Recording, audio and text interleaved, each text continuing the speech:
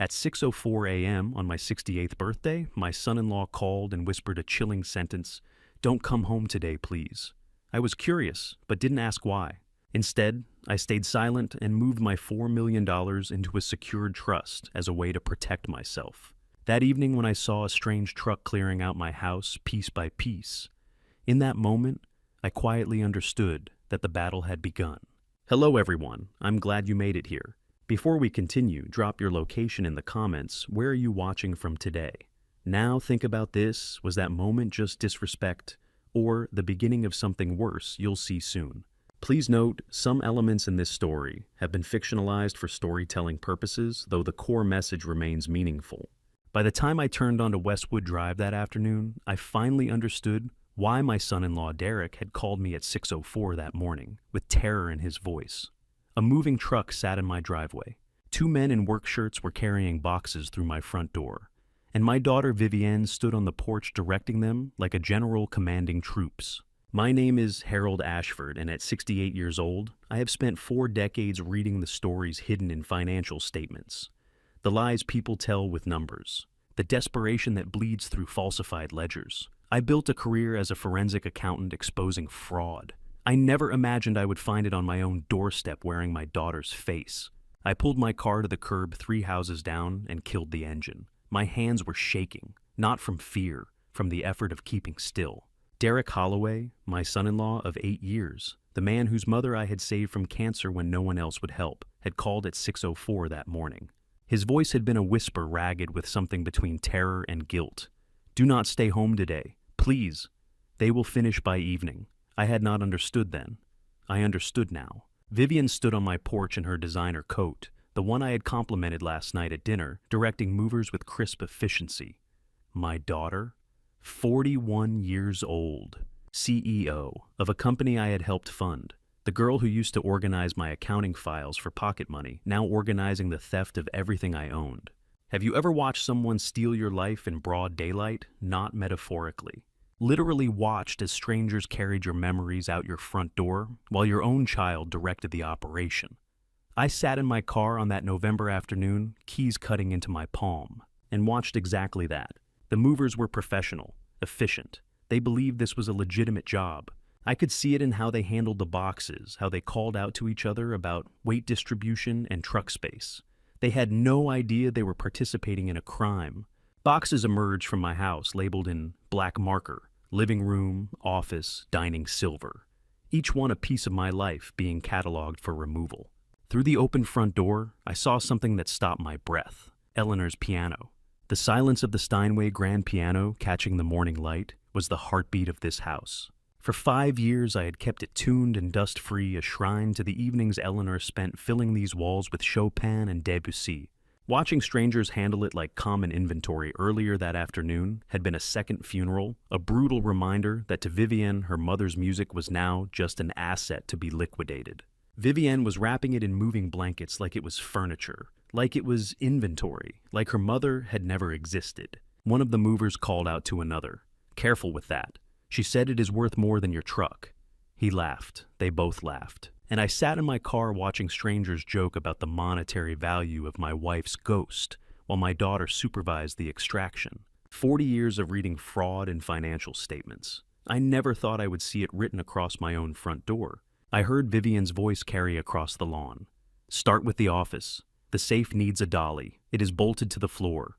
Of course she knew it was bolted. I had shown her myself years ago when I still believed I was teaching my daughter responsibility, when I still believed she was my daughter.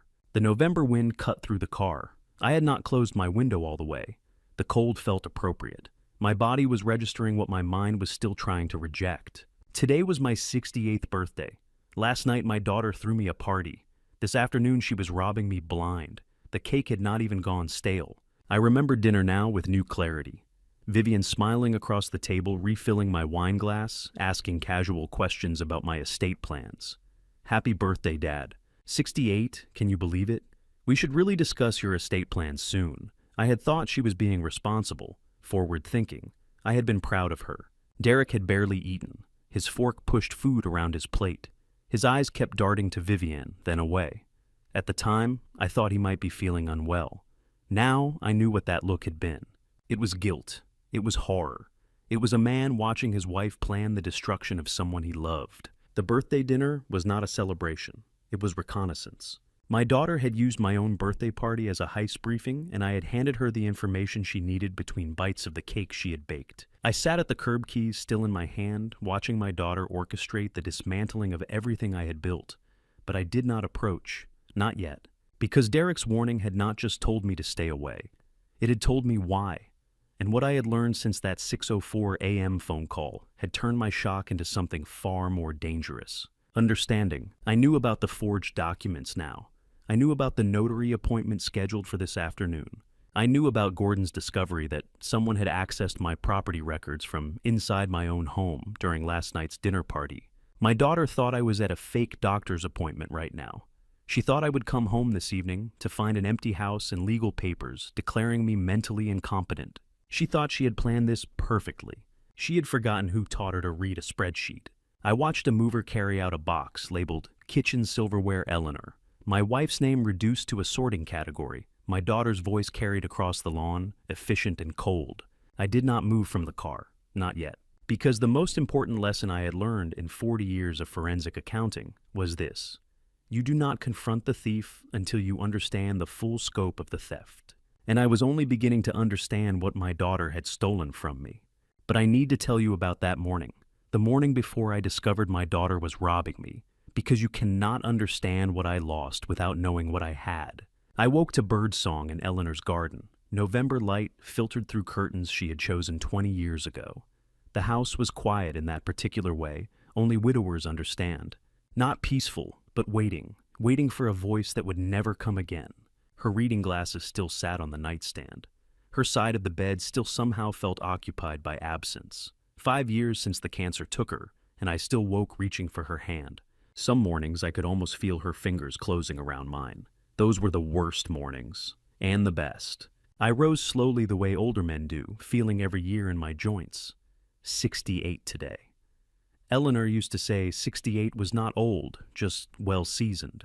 I could hear her voice even now, teasing me about the gray in my hair, the reading glasses I needed for financial statements, the way I groaned when I stood up too fast. She had made aging feel like an adventure we were taking together. Now, I was taking it alone. 68 years old, 4 decades reading fraud in spreadsheets, a dead wife, a distant daughter, and a birthday that would end with my life being packed into boxes. But that morning, I was just a man missing his wife, believing the day might actually be good. I made coffee in the kitchen she had designed, walked through the back door she had painted blue, and stepped into the garden she had loved more than any room in our house. November had stripped most of the color away, but Eleanor's roses still held a few stubborn blooms. She had planted them the year Vivian was born, 41 years ago. She said roses and daughters both needed patience, steady care, and the wisdom to know when to prune. I knelt beside her favorite bush, the deep red climber that covered the back fence, and spoke to it the way she used to. She is coming for dinner tonight, Vivienne. First time she has hosted my birthday since you left. The roses did not answer. Plants are better listeners than accountants, Eleanor used to say.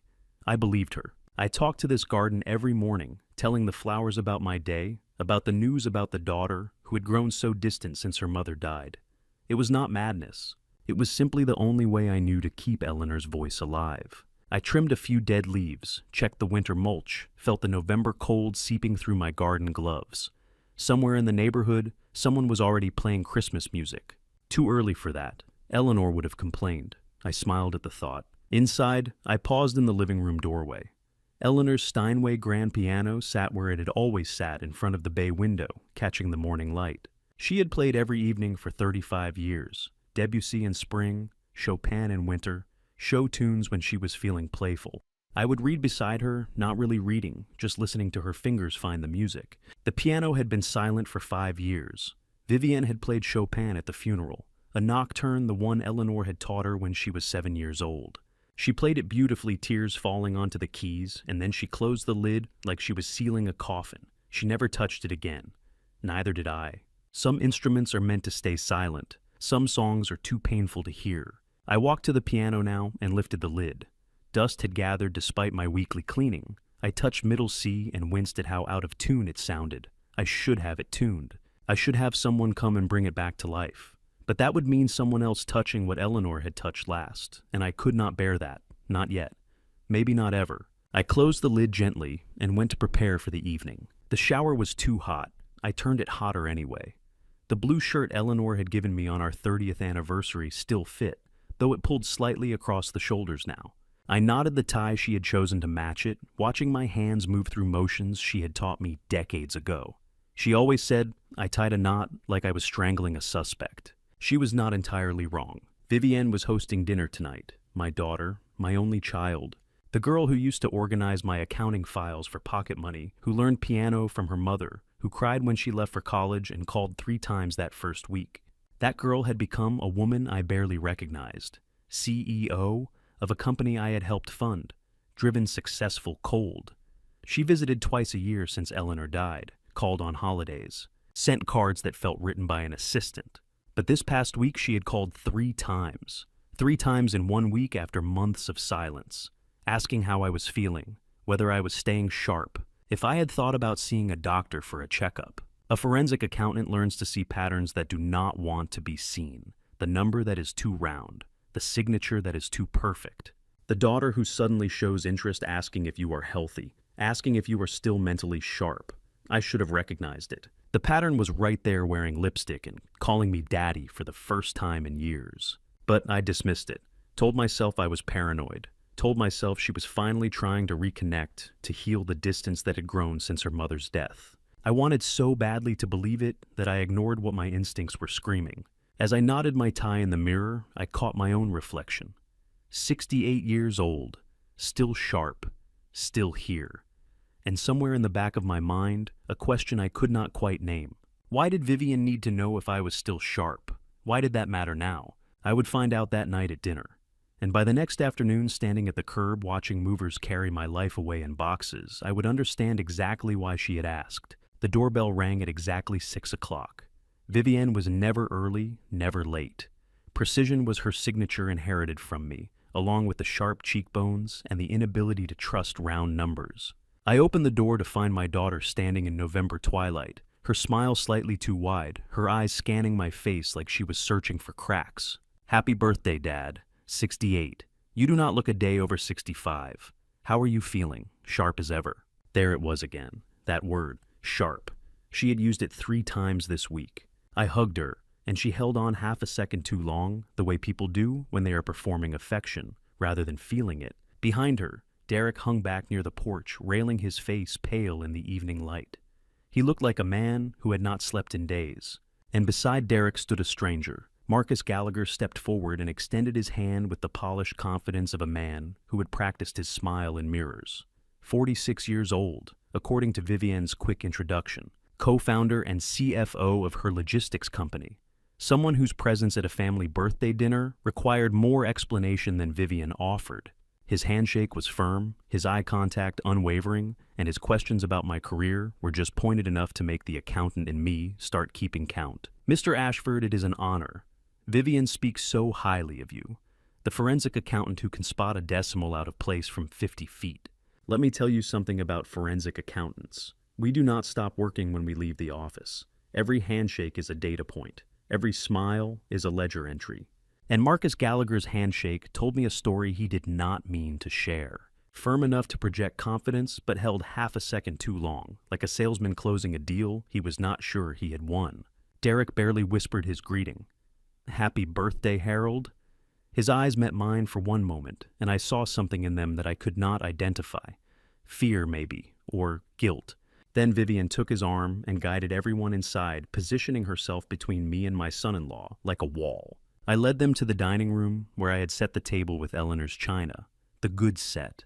The one she saved for special occasions. I wanted to honor her memory, to show Vivienne that I was not just surviving, but living.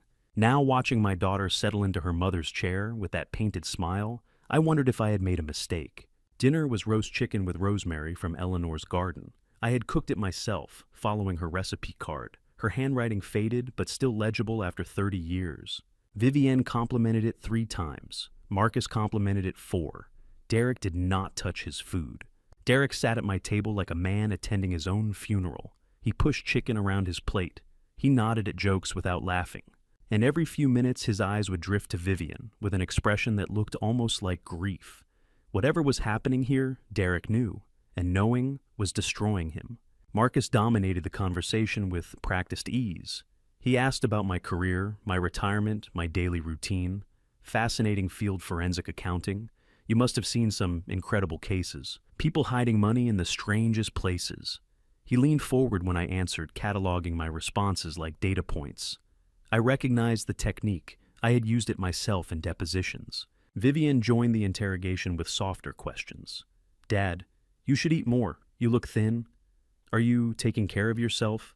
Eating regularly, remembering your medications. I do not take medications, I said. Never have. She laughed too quickly. Of course, of course. I just meant vitamins. You know, I did not know, but I was beginning to understand. The main course arrived at the table, and with it, the pattern became clear. Every question circled back to the same themes: my health, my memory, my mental sharpness, my property. It was the same script I had seen in elder fraud cases for 15 years, establishing baseline behavior, probing for cognitive weakness, mapping the target's vulnerabilities. I had investigated elder fraud for 15 years. I had seen children empty their parents' accounts, forge signatures on deeds, convince courts that sharp-minded seniors were declining. I knew the playbook by heart, and my daughter was running it, on me, at my own birthday dinner, with the good china. Vivienne leaned forward, her voice soft with rehearsed concern. You know, Dad, 68 is not that old, but it might be time to start thinking about simplifying things. You do not need all this house, do you? I have thought about it, I said, keeping my voice neutral. Have not decided anything. Marcus jumped in too quickly. Big houses can be complicated. Property taxes, maintenance, all that paperwork must be exhausting to manage alone. There it was, the real question beneath all the questions. They wanted to know about the house, about my assets, about how much of my life they could package and carry away. Derek excused himself to use the bathroom.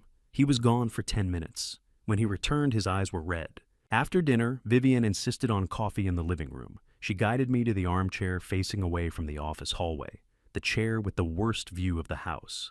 Derek positioned himself by the window, staring at nothing, and Marcus excused himself to use the bathroom, except the bathroom was to the left, and he turned right, toward my office, toward the safe. I said nothing, but I watched, and in my jacket pocket my phone was already composing a text to Gordon Whitfield, my attorney of 20 years. Need the trust documents ready. Tonight. Something is wrong. Vivienne poured coffee with steady hands, chattering about the logistics company, about expansion plans, about how proud Eleanor would be. She did not notice my silence. She did not notice that I had stopped drinking the wine she kept refilling. She did not notice that the father she thought she was manipulating had spent 40 years learning to read exactly this kind of story. The evening ended with strained goodbyes. Vivian hugged me again too long, too tight. Derek could not meet my eyes. Marcus shook my hand and told me to take care of myself, his voice carrying a weight that felt almost like a threat. I closed the door behind them and stood in my empty hallway, Eleanor's china still on the table, Eleanor's roses wilting in their vase. My birthday dinner had not been a celebration. It had been a reconnaissance mission, and whatever my daughter was planning, she thought I would never see it coming. She had forgotten who taught her to count. Marcus returned from the bathroom 6 minutes later.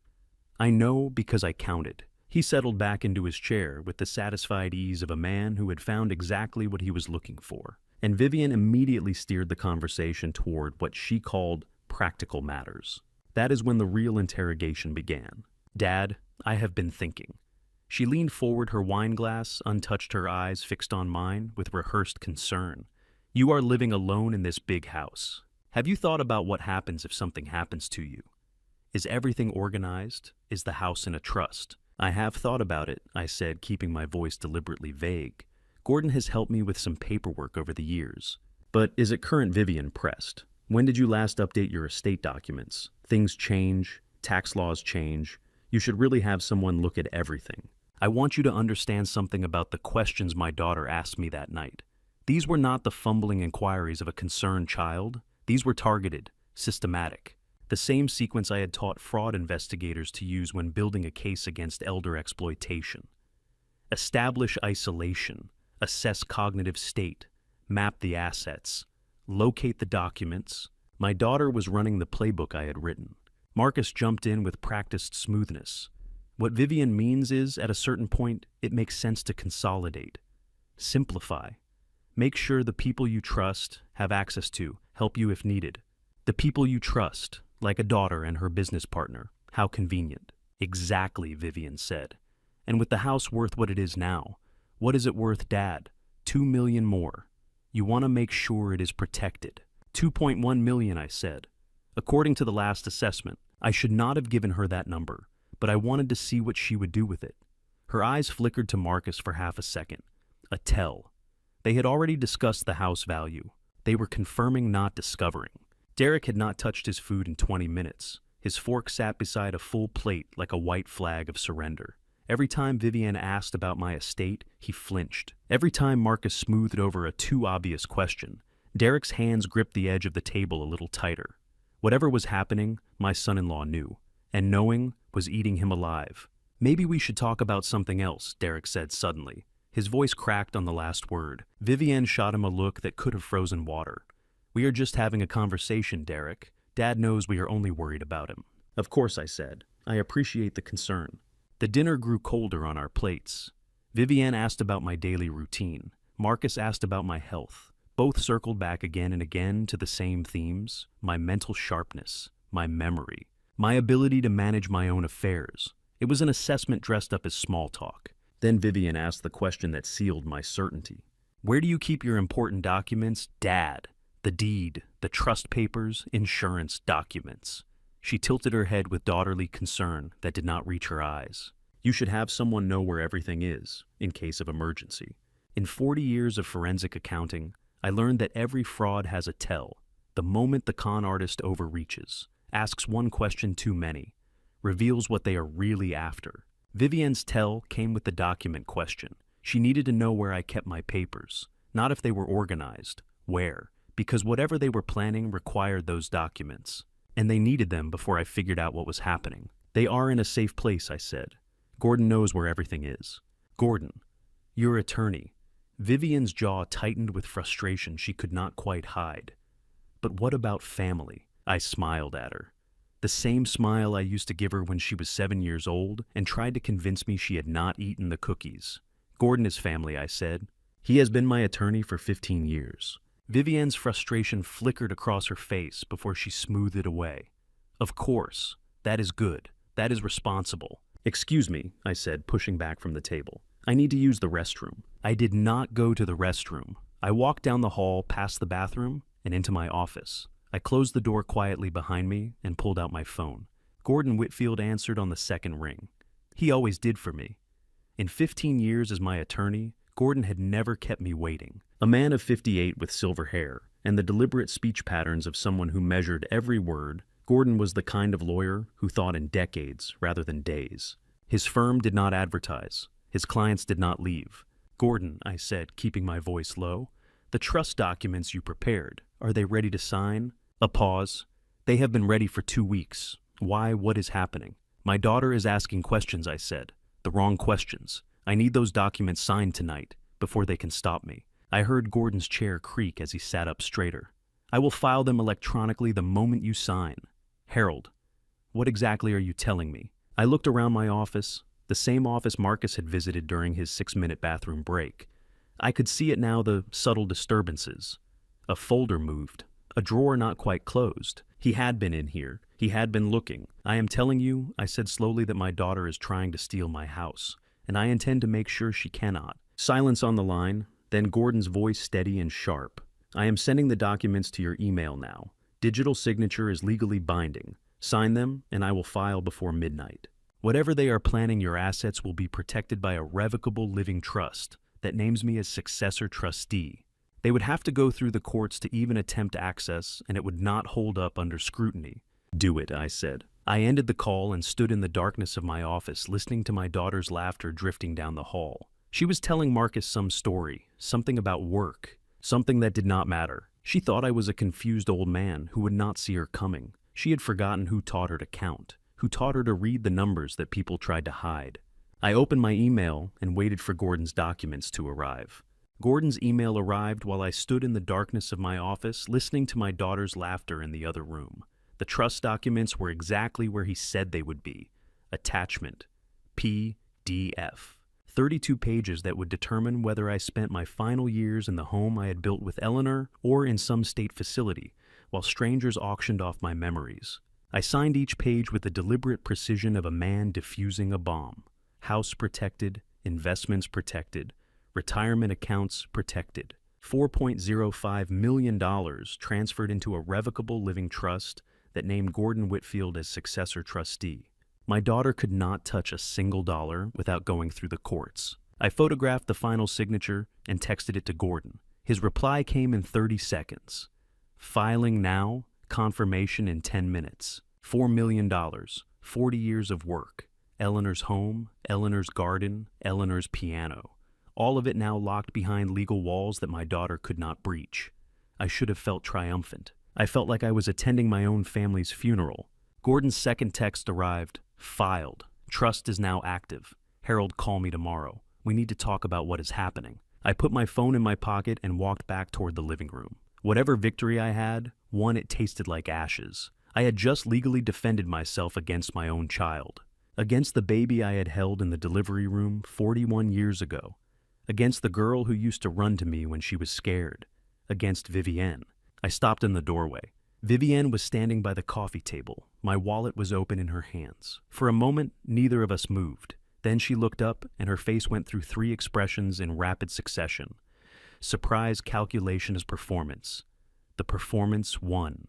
Oh, Dad, I had a headache, looking for aspirin. The aspirin had been in the bathroom medicine cabinet since Vivienne was 12 years old. She had gotten headaches as a teenager from stress, from school, from being the daughter of 2 perfectionists. She had taken that aspirin 1,000 times. She knew exactly where it was, and she had just lied to my face about it while holding my open wallet. The aspirin is in the bathroom, I said quietly. Where it has been since you were 12. Right, of course. She laughed. The sound was like breaking glass. I forgot. Old habits. She held out the wallet. I took it. Our fingers did not touch. Across the room, Derek stood by the window, looking like a man watching an execution. His face had gone past pale into something gray. His hands gripped the windowsill so hard I could see his knuckles turning white. He knew. Whatever was happening, he knew, and the knowing was destroying him. Marcus checked his watch with theatrical concern. We should probably get going. Early meeting tomorrow. He put his hand on Vivienne's back, guiding her toward the door. Thank you for dinner, Mr. Ashford. Happy birthday. The goodbyes were strained. Vivienne hugged me again, but this time I felt her checking my jacket pocket. Looking for something, my phone maybe, or more documents. I kept my arms at my sides and let her embrace air.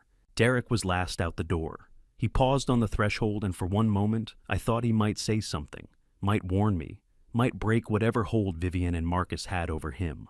Happy birthday, Harold, he said. His voice sounded like an apology. Then they were gone. I stood in my empty living room, holding my wallet, listening to their car pull away. Eleanor's roses were wilting in their vase. The dinner dishes were still on the table. The house felt larger than it had in years, larger and emptier, as if something essential had been removed. I opened the wallet.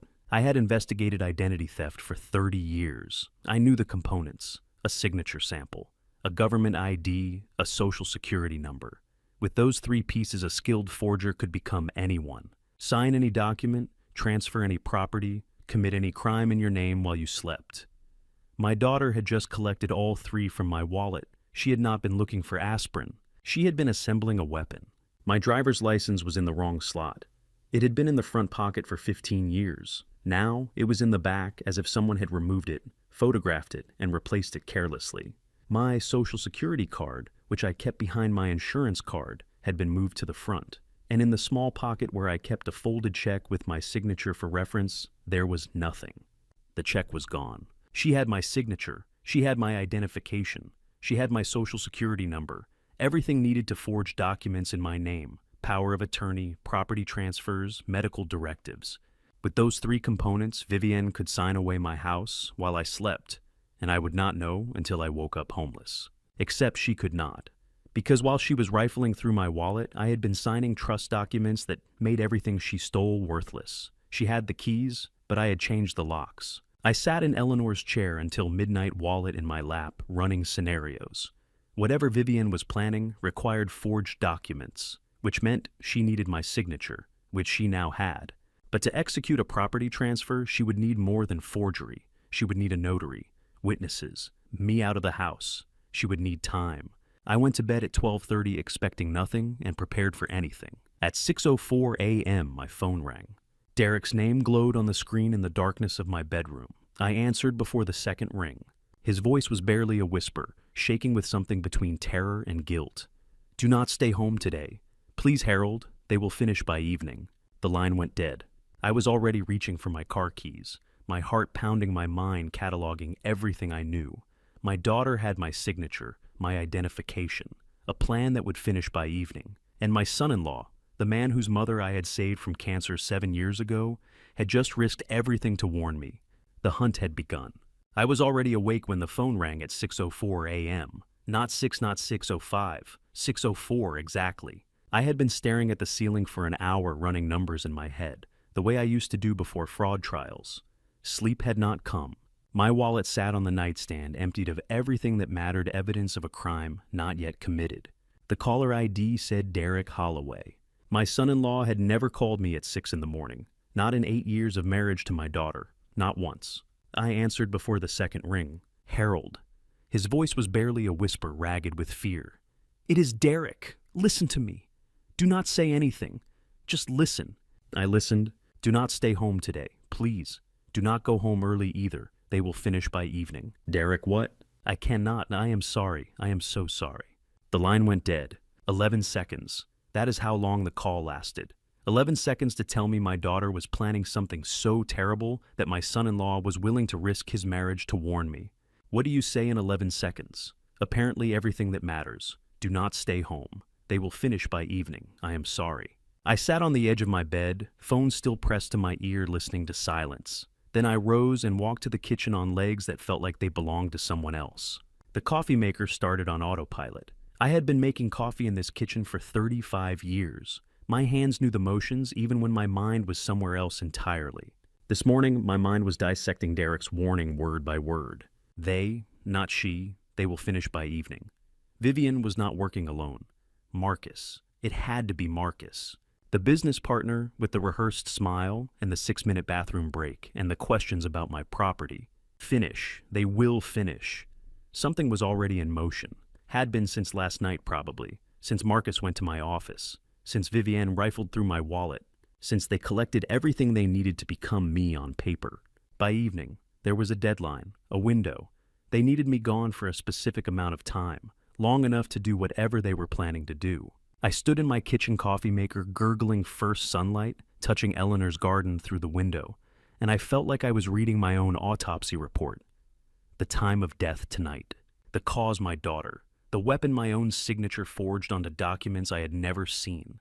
But the victim was not going to cooperate. Not this victim. Not today. I poured coffee I could not drink and thought about Derek. Derek Holloway, 40 years old. Logistics manager at Vivian's company. My son-in-law for 8 years. A good man trapped in an impossible position. 7 years ago, Derek's mother Iris was dying. Cancer had spread from her lungs to her lymph nodes to everywhere else. The treatment that might save her cost $240,000. Insurance said no. Derek had nothing. Vivian had nothing. They came to me not to ask for money, but to say goodbye, to tell me they were moving Iris into hospice to let me meet her before she died. I wrote the check the same day. "Your mother is my family now," I told Derek while he stared at the number, with tears streaming down his face. "You do not owe me anything. Just take care of my daughter." "I will," he said. "I promise. I will always take care of Vivian." Iris survived. The treatment worked. She was alive because I wrote a check and Derek knew it. He had promised to take care of Vivian. Now Vivian was trying to rob me blind, and Derek was keeping his promise the only way left, by betraying her to save me. Some debts can never be repaid. Some can only be redirected. Derek was terrified. I had heard it in his voice, in the way he whispered in the 11 seconds he rationed out, like a dying man's last breaths. He was risking his marriage, his job, his entire life. Whatever Vivian and Marcus were planning was so serious that Derek chose his debt to me over his loyalty to his wife. Which meant whatever was happening was worse than I had imagined. At 7 o'clock, I called Gordon Whitfield. The trust is filed, he said immediately. You are protected. I need you to check something. My property records, county system.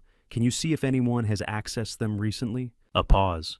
I heard typing the click of a mouse. Then Gordon's voice changed, sharper, colder. Harold, someone accessed your title history at 11:47 last night, from your home IP address. I sat down slowly. I was in bed by 10:30. I know, Gordon said. And there is something else? A mobile notary appointment is scheduled for 2 p.m. today, at your address, in your name. I had not scheduled any notary appointment. They are coming from my house, I said quietly. Yes, Gordon replied. And based on this, they are planning to sign documents in your name while you are not there to stop them. The pieces fell into place with the terrible clarity of a completed puzzle. Marcus had accessed my property records during his bathroom break using my home network. They had my signature from the wallet, my ID, my social security number.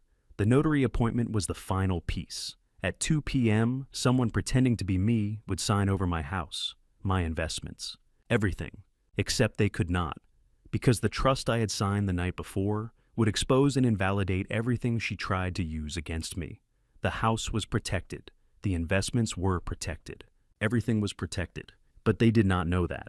Gordon, I said, do not cancel the notary appointment. What? Let them come. Let them think everything is going according to plan. I want to see what they bring, what documents, what story they have prepared. I want to catch them in the act. Harold, that is dangerous. You should call the police. Not yet. Not until I see the full scope. Not until I know everything. I ended the call and sat alone in my kitchen, coffee cold in my hands, morning light, now fully illuminating Eleanor's roses outside the window. My daughter was coming to steal my house today. She had brought a business partner, a forged signature, and a notary to make it legal. She thought I was a confused old man who would never see it coming. But I was not confused. I was a forensic accountant with 40 years of experience catching thieves. And my son-in-law had just given me the one thing every investigator needs: advance warning. I had until 2 p.m. to prepare, and I intended to use every minute. I called Gordon back at 7:15. My coffee had gone cold, but I could not bring myself to pour another cup. There was too much to process, too many pieces clicking into place with terrible precision. Gordon's voice had changed. In 15 years of working together, I had heard him calm. I had heard him cautious. I had even heard him concerned. But I had never heard him sound like this, cold and focused. The way a surgeon sounds when they find something on the scan they were not looking for. Harold, he said slowly, I need you to listen very carefully to what I'm about to tell you. I am listening. The county system logs every access to property records, standard procedure security compliance. Someone pulled up your complete title history at 11:47 p.m. last night. I felt the floor shift beneath me. I was in bed by 10:30. The dinner ended around 9. The access came from your home IP address. Gordon's voice remained steady, clinical. That means whoever did this was either in your house or connected to your network. 11:47 p.m. Think about that time. At 11:47 p.m., I was in bed staring at the ceiling, wondering if I was being paranoid about my own daughter. At 11:47 p.m., someone in my house was accessing my property records, researching exactly how much I was worth and how to take it from me. While I slept in Eleanor's house, they were calculating how to steal it. Marcus went to the bathroom for 6 minutes, I said. Walked toward my office instead of the bathroom. Then we know who Gordon replied. Now we need to know why. He paused. I heard typing in the background the click of a mouse. Then his voice changed again. Sharper now, more alarmed. There is more. A mobile notary service shows an appointment scheduled for 2 p.m. today, at your address, in your name. I did not schedule any notary. I know you did not, but someone did. Gordon exhaled slowly. Harold, the service requires ID verification and signature. If they have samples of both, Vivienne went through my wallet last night, said she was looking for aspirin. Then they have everything they need to impersonate you on paper. A mobile notary at 2 p.m. in my name, at my address. The pieces fell into place like tumblers in a lock. Click, click, click. The wallet was not searched for aspirin. It was harvested for ID. Marcus's bathroom break was not a bathroom break. It was reconnaissance. The birthday dinner was not a celebration. It was a heist briefing, and I was supposed to be the Mark who did not see it coming. Here is what I think they are planning, Gordon continued. A power of attorney, giving your daughter control over your finances. Maybe a property transfer. They will forge your signature present ID and have a notary legitimize it. But the trust I started, the trust protects you. Gordon's voice softened slightly. They cannot transfer property that is already in trust without trustee authorization. But Harold, they do not know you signed that trust last night. I sat with that for a moment. They think they are stealing from an unprotected man. Exactly, which means they will proceed with the plan. And when they do, they will be committing documented fraud against assets they legally cannot touch. Gordon outlined what he expected. Power of attorney documents, possibly property transfer papers, maybe even a medical directive, all forged, all designed to give Vivian and whoever she was working with complete control over my life. They would sign in my name, the notary would witness, and by evening they would believe they owned everything I had. Except they would not. Because the trust I signed at my desk last night while my daughter rifled through my wallet in the other room made every forged document worthless. The house was protected. The investments were protected. Everything Eleanor and I had built together was locked behind legal walls they did not even know existed. Harold, Gordon's voice turned stern. Do not go home until after 2 p.m. Whatever you do, do not sign anything. Not a single document. Not even if Vivian hands it to you herself. Are we clear? Gordon's advice was clear. Stay away. Document everything. Sign nothing. Let them walk into their own trap. But I was not going to stay away. My house, my wife's memory, my daughter's betrayal. I needed to see it with my own eyes. I needed to watch my daughter try to steal my life and know that I had already beaten her. Some traps only work if the target walks into them willingly. I intended to be that target with my own trap waiting. I will be careful, I said. Harold, Gordon said quietly, I know this is your daughter. I am sorry. I thanked him and ended the call. The morning sun was fully up now, flooding Eleanor's kitchen with light that felt like an accusation. Her recipe cards were still in the drawer by the stove. Her favorite coffee mug was still in the cabinet unused since the day she died. I had kept everything exactly as she left it, a museum to a marriage that had lasted 47 years.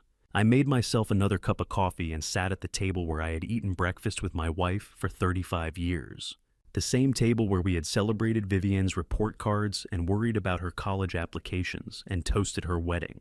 The same table where Eleanor had told me the cancer was back, and this time there was nothing anyone could do. As I waited for my world to end, I found myself asking the question that had haunted me since Derek's call. When had Vivian changed? When had my daughter become someone capable of this? The answer I knew was 5 years ago, the day we buried Eleanor, the day something in Vivian broke and never healed. She had not just lost her mother that day.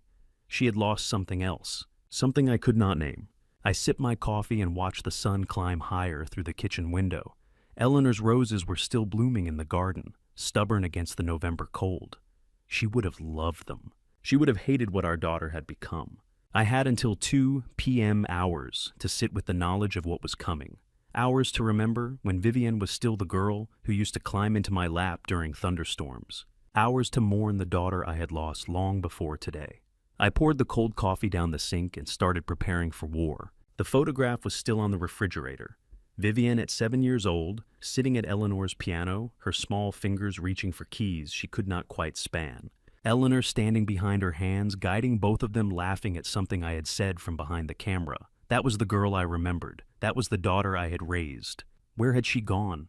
I pulled the photograph from its magnet and held it in my hands. The edges were worn soft from years of being moved during cleaning, then carefully returned to the same spot. Eleanor had put it there the week after it was taken. It had not moved since. Vivian used to organize my accounting files for pocket money. 7 years old, tongue between her teeth, making sure every column balanced. Numbers tell stories, Daddy, she would say, repeating what I had taught her.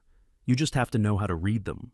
34 years later, she was using those same skills to forge my signature and steal my house. I had taught her too well. She had been Eleanor's student too. Piano lessons every Tuesday and Thursday scales until her fingers ached Chopin when she got older. Music is a conversation, not a conquest, Eleanor would tell her. Feel the keys. Do not fight them. Vivian had fought them anyway. She fought everything. But she had learned to play beautifully, and Eleanor had been so proud.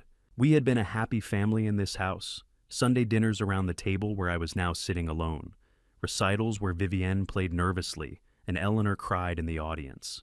Graduations, promotions, the wedding, where I walked my daughter down the aisle and handed her to Derek with a father's blessing. Then Eleanor got sick. The cancer came back 5 years ago, stage 4. It had started in her lungs and spread everywhere before we even knew it was there. The doctors gave her 3 months, she lasted 2. Eleanor's final words were a command: take care of him, take care of the house. Vivienne had sat beside the hospice bed we had put in the living room, holding her mother's thinning hand, tears streaming down her face. "Promise me," Eleanor whispered. "Promise me you will take care of him." "I promise," Vivienne said. "I promise, Mom." But grief is a strange sculptor. It does not carve the same shape in everyone. In some people it hollows out everything soft and leaves only the hard edges. The Vivienne who closed the piano lid at her mother's funeral was not the same person who had played it. Something had died with Eleanor. Something in my daughter that I would never get back. She had played Chopin that day, the same nocturne Eleanor had taught her when she was 12. She played it perfectly, tears falling onto the keys, and then she lowered the lid with a finality that felt like a second funeral. She never touched the piano again, neither did I. After that, Vivienne pulled away. She threw herself into her company, worked 80-hour weeks, stopped returning my calls. When she did visit, she was polite but distant, like a stranger wearing my daughter's face. I told myself it was grief.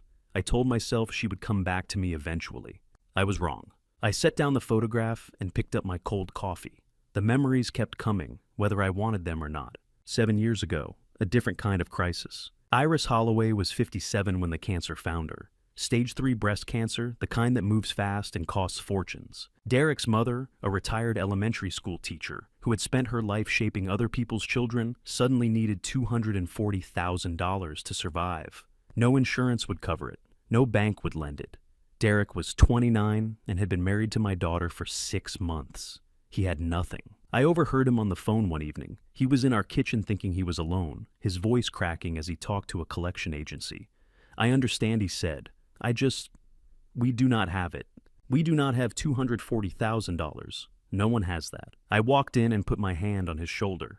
He looked up at me with the eyes of a man who had already started grieving. "Derek," I said, "I heard the call. How much is the treatment?" "Harold, I cannot ask you. You did not ask. I am telling you. Your mother is my family now. Let me help." I wrote the check the next day, paid the hospital directly. Derek wept when he saw the receipt. "I can never repay this," he said. "Never. Just care for my daughter," I told him. "That is payment enough." Iris survived. The treatment worked. She is 71, now healthy, alive. Alive because I wrote a check that my daughter now wanted to steal back. Here is what I understood sitting in my kitchen with cold coffee and old photographs. Derek was not betraying his wife. He was honoring a debt he could never fully repay. I had saved his mother's life with a check and a few kind words. Now his mother was alive and healthy, and my daughter was trying to destroy me. Derek could not stop Vivienne, but he could warn me. He could give me time. He could choose the man who had saved his mother over the woman who was trying to rob him. Sometimes that is what loyalty looks like. Not blind devotion, but painful, terrible honesty. I looked at the clock, 8:30 a.m. 5.5 hours until the notary arrived at my house to witness documents I had never agreed to sign. 5.5 hours until my daughter tried to steal everything Eleanor had loved about this house. Gordon had told me to stay away. Derek had begged me not to go home. But I was done waiting. I was done remembering. The question was not why Vivienne had become capable of this. The question was what had made her desperate enough to try it now. What was driving her? The answer I knew was somewhere in her company's finances. The company she had co-founded with Marcus Gallagher, the man with the rehearsed handshake and the 6-minute bathroom break. Something was very wrong with that company, and I intended to find out what. I picked up my phone and called Gordon back. "I need you to look into something else," I said. "Vivienne's company, Gallagher Holdings. Pull everything you can find, financial filings, debt records, anything public." Gordon paused. "Harold, what are you thinking?"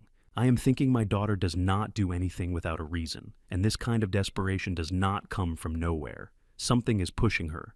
I want to know what." Gordon called back at 9:15. "I have been digging into your daughter's company," he said, and something in his voice made me set down my coffee. In 15 years, I had never heard Gordon sound hesitant. Cautious, yes, measured always, but hesitant never. "How bad is it?" I asked. A pause. "Harold, it is worse than I expected. Much worse." The company was called Ashford Gallagher Logistics. She had used our family name. I had not known that until Gordon said it, and the knowledge landed like a blow.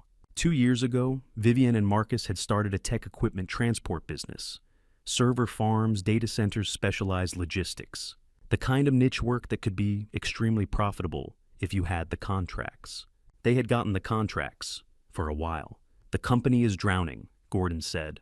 $1.8 million in commercial loans. They expanded fast. New trucks, warehouse leases, employee hires, everything a growing business needs. That does not sound disastrous, I said. It was not, until 8 months ago. Since then, they have lost 3 major contracts to competitors. Employee count has dropped from 45 to 22. Revenue is down 60%. Let me tell you what $1.8 million in debt looks like. It looks like sleepless nights and avoided phone calls. It looks like lying to employees about when payroll will clear. It looks like watching everything you built slip through your fingers while you scramble to hold on. I have investigated enough bankruptcies to know the desperation math. When the numbers get bad enough, good people do terrible things. My daughter had reached that point, and I was her terrible thing. That is fast decline, I said. Too fast. Gordon agreed. Companies do not collapse that quickly without something pushing them over. But that is not the worst of it. There is more. Vivienne personally guaranteed those loans. I closed my eyes. She did what banks often require it for new businesses. If the company defaults, she is personally liable for the entire $1.8 million. A personal guarantee on a business loan is a guillotine with a timer. When you sign it, the blade is locked high above your head. You do not feel its weight. You barely think about it. But when the business fails, when the contracts collapse and the clients leave and the money stops flowing, that blade starts descending, and there is no stopping it. Vivienne had signed her guillotine 2 years ago. The blade was falling, and she had decided to push me under it instead. So it is not just the company, I said slowly. It is everything. Her house, her assets, her credit. Yes, and Herald the bank issued a notice 3 days ago demanding additional collateral within 72 hours. That deadline is today. It is today. I sat with that for a long moment. The morning sun was climbing higher outside the window, casting long shadows across Eleanor's kitchen. The house felt different now. Not like home, like evidence. I did the math the way I had done math for 40 years. My West Hills home was worth $2.1 million. My investment portfolio was $1.2 million. My retirement accounts totaled $750,000, combined $4. 0.5 million. Vivienne's debt was $1.8 million. I was not her father anymore. I was her collateral. Gordon, I said, my assets are worth over $4 million. I know. Her debt is $1.8 million. I know that too. With forged documents and a compliant notary, she could pledge my house by this afternoon. Yes, Gordon said quietly. She could. And based on that notary appointment at 2 p.m., that appears to be exactly what she is planning. I had spent 40 years reading desperation in spreadsheets, the way numbers tell stories of people trapped by their own decisions, the sleepless math of someone who knows they are going under. Now, I was reading my daughter's story, and it was the saddest I had ever seen. She was not a villain. She was a drowning woman reaching for the nearest life raft, even if that raft was her own father. Understanding is not the same as forgiving, but it hurts more. She is not evil, Gordon, I said. She is drowning, and she is willing to drown me to stay afloat. Gordon was silent for a moment. I know he finally said, but Harold, that does not change what she is doing. Desperate people are still dangerous people. Whatever her reasons, she is committing fraud. Identity theft, possibly elder abuse under Oregon law. The fact that she is terrified does not make her crimes less criminal. I know, I said, but I needed to understand why before I could face her. Are you going to face her? I looked at the clock. 10 a.m. 4 hours until the notary. 4 hours until my daughter tried to sign away my house. Gordon had told me to stay away. Derek had warned me to stay gone. Both of them were trying to protect me from something I had already survived in my imagination 100 times since 6:04 this morning. I was done hiding in my own kitchen, drinking cold coffee, and calculating how much my daughter needed to steal from me. I was done reading the story from a distance. I was going home, not to stop her. Gordon's trust documents had already done that. Any forged power of attorney would not hold up against a properly filed trust. She could sign whatever she wanted. It would not matter. I was going home to see it, to witness what my daughter had become, to stand in the doorway of my own house and let her know without a single word that I knew everything. I grabbed my keys from the counter where they had sat all morning. Harold Gordon said through the phone, "Be careful. Desperate people do desperate things." I know I said. I raised one. I ended the call and walked to the front door. Eleanor's roses were still visible through the side window, stubborn blooms defying November. She had loved this house. She had made me promise to keep it safe. I was keeping that promise, just not the way either of us had imagined. The car started on the first try. I pulled out of the driveway and turned toward Westwood Drive, toward the house where I had raised my daughter, toward whatever was waiting for me. Eleanor's voice echoed in my memory, something she had said when Vivian was a teenager, making bad choices. Enabling is not love, Harold. Sometimes the hardest thing and the right thing are the same. I was about to do the hardest thing I had ever done. I was about to watch my daughter try to destroy me. I did not go straight home. Instead, I drove to the Pearl District and sat in a coffee shop for 4 hours watching the clock tick toward 2 p.m. Gordon had called twice trying to talk me out of it. "Let the documents speak for themselves," he said. "You do not need to witness this." But I did. I needed to see my daughter's face when she realized I already knew. The coffee shop was full of people living their normal lives, couples laughing over lattes, students with laptops and headphones, baristas calling out names that were not mine. I sat among them like a ghost nursing a cup I never drank, invisible and waiting. Why did I not call the police? I have asked myself that question 100 times since. The answer is simple and complicated at once. Because calling the police on your own daughter is an irreversible act. Once those sirens arrive, once those handcuffs close, you can never go back. I wanted to see her first.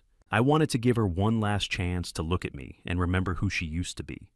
Maybe I was foolish. Maybe I was hoping for something that no longer existed. Gordon called again at noon. "Harold, I am asking you to stay away. The trust protects you. Let the police handle the rest." "And if I call the police on my daughter," I said, "what then?" "Then she faces consequences for her actions." "She is already facing consequences. She just does not know it yet. I want to see her face when she does." Gordon was silent for a long moment. "This is not about evidence anymore, is it?" "No," I said. "It is about seeing who my daughter has become. I need to know." He did not try to stop me after that. He knew me well enough to understand when I had made a decision. Eleanor's voice was so clear in my memory that for a moment I looked up expecting to see her sitting across from me with her tea and her crossword puzzle. "Enabling is not love," she had said. We were discussing the Hendersons at the time, their son, who kept taking money for businesses that always failed. But Eleanor was not really talking about the Hendersons. She was teaching me something I would not understand until now. That love without boundaries is not love at all. It is just fear wearing a kind face. She would have told me to go home. She would have told me to witness what our daughter had become. She would have reminded me that protecting someone from the consequences of their choices was not protection. It was enabling, and enabling is not love. I finished my cold coffee and watched the clock. At 1:45 p.m., I paid for the cup I had barely touched and walked to my car. The drive to West Hills would take 20 minutes. I would arrive right as the scheme was supposed to be complete, right as Vivian believed she had won. 20 minutes from the Pearl District to West Hills. 20 minutes of a city I had lived in for 40 years. 20 minutes of memories pressed into every corner, every stoplight, every faded sign. The restaurant where I proposed to Eleanor. She said yes before I finished the question. The hospital where Vivian entered the world. 7 pounds, 4 ounces. Eleanor counted her fingers 3 times. The school where she gave a valedictorian speech about integrity and hard work. I drove through my own history like a ghost visiting the living, knowing that everything was about to change. The man who drove these streets this morning was not the man who would drive them tonight. I passed the corner where Vivian had her first car accident at 17. She had called me in tears, more afraid of my disappointment than the damaged fender. I told her accidents happen, that we would fix it together, that I loved her no matter what. I wonder now if that was the problem, if I had loved her too unconditionally, if she had learned that my love would absorb any mistake, any failure, any betrayal. Maybe she thought it would absorb this too. She was wrong. The closer I got to West Hills, the slower I drove. Not from hesitation, from something else. A need to hold on to these last moments of not knowing, of still having a daughter who might surprise me, who might have changed her mind, who might be at home right now, calling off the scheme, realizing what she was about to lose. But I knew better. The numbers did not lie. $1.8 million in debt. A deadline of today. A father worth $4 million sitting between her and bankruptcy. This was not a crime of opportunity. It was a crime of desperation. And desperate people do not change their minds. They change their methods. I turned onto Westwood Drive at 2:15 p.m., 15 minutes after the notary was supposed to arrive. The first thing I saw was the truck. A professional moving truck, white with green lettering, sat directly in my driveway. The back door was open. Two men in work shirts were carrying boxes down my front steps. Boxes labeled in black marker, living room, kitchen, study. Through my living room window, I could see someone wrapping something large in moving blankets. Something dark and familiar. Something that had sat in that same spot for 43 years. Eleanor's piano. They were taking the piano she had filled this house with for decades. I pulled my car to the curb 3 houses down and sat there, hands gripping the wheels so tight my knuckles went white. I had expected fraud. I had expected forged documents. I had not expected them to already be dismantling my home, taking my possessions, removing the physical evidence of my life with Eleanor as if it were inventory to be cataloged and sold. And standing on my porch directing the operation with a phone pressed to her ear was my daughter. Vivienne wore her designer coat, the same one she had worn to my birthday dinner. Her hair was pulled back. Her posture was confident. She looked like a CEO overseeing a logistics operation, which I suppose she was. She turned and saw my car. For one frozen moment, our eyes met across the lawn. 40 feet of grass and flower beds and a lifetime of memories between us. I saw her face change, the confidence draining, the color leaving her cheeks, her mouth opening slightly, forming a word she did not say. Dad. Then her face went white. I opened my car door and stepped out onto the street. The November air was cold against my face. The movers had not noticed me yet. They were carrying a box toward the truck, talking about lunch. I walked toward my house, toward my daughter, toward whatever was waiting for me on the other side of the door. Eleanor's voice echoed in my mind. Enabling is not love. I was about to stop enabling. I walked toward my house with the calm of a man who had already accepted the worst. The two movers carrying Eleanor's piano saw me coming and hesitated, looking to Vivienne for direction. She stood frozen on the porch clipboard, clutched to her chest, her face still white from seeing my car. Dad, her voice cracked. You are supposed to be at your appointment. What appointment would that be? Vivienne. She called me Dad, like nothing was wrong, like she was not standing in my driveway stealing my dead wife's piano. I kept walking. The movers set down the piano at the bottom of the steps, the wheels scraping against the concrete. The sound cut through me like glass. Near the porch railing stood a woman I did not recognize. Heather Brennan was perhaps 30 years old, with a pressed blouse and the nervous energy of someone who had taken a job without asking enough questions. A portable notary stamp sat on the railing beside her, and a county-issued ID badge hung from her neck. She looked at me, then at Vivienne, then back at me, with the dawning realization of someone who had walked into something far worse than she had been told. Show me the authorization, I said to Vivienne. I held out my hand. Dad, it is all legal. Dr. Stokes confirmed you needed help managing. I watched her hand me the documents, her fingers trembling with a frantic kind of hope. She didn't realize that the revocable living trust I signed last night had already placed an invisible legal shield around every brick of this house. These papers she wanted me to sign would never hold up under legal scrutiny, but the act of presenting them with a forged medical report was the final documented nail in her own coffin. Dr. Stokes, I countered, my voice flat. I have not seen Dr. Stokes in 18 months. Vivienne's mouth opened and closed. The clipboard trembled in her hands. Behind her, through the open front door, I could see my living room in chaos. Boxes everywhere. The safe in my office had been moved to the hallway, its door hanging open. Empty. I took the clipboard from her before she could pull away. The documents were exactly what I expected. A power of attorney granting Vivienne full control over my finances, my property, my medical decisions. Below that, a medical evaluation from Dr. Raymond Stokes declaring that Harold Ashford showed signs of early cognitive decline requiring supervised financial management. The signature at the bottom was close to mine, very close. But 40 years of reading fraudulent documents had taught me to see what others missed. The H was too rounded, the A connected too smoothly. The pressure was wrong in 3 places. This is not my signature, I said. Dad, this is a forgery. And this medical evaluation is a lie. I am standing in front of you right now. Do I seem cognitively impaired to you? How long does it take to erase someone's identity? Apparently 1 forged signature and a compliant notary, 1 corrupt doctor and a desperate daughter. I looked at the documents in my hands and felt something shift inside me. Not anger, something colder, something final. Heather Brennan stepped forward, her face pale. Mr. Ashford, I was told the documents were already verified. They said you had early dementia. They said your daughter had medical authorization to manage your affairs. Who told you this? She hesitated. The movers had stopped working entirely, watching the scene unfold. One of them was already edging toward the truck. Mr. Gallagher, Heather said quietly. Marcus Gallagher. He handled everything. He hired me through his company. He said this was a family matter and everything was in order. Gallagher. The name landed like a verdict. Not my daughter's desperation. His design. Marcus Gallagher had orchestrated this from the beginning. The rehearsed charm at the birthday dinner. The 6-minute bathroom break. The questions about my estate. He had not been helping Vivienne. He had been directing her. I pulled out my phone and photographed every page. The forged power of attorney. The fabricated medical evaluation. The notary stamps. The dates. Vivienne stepped toward me. Dad, please.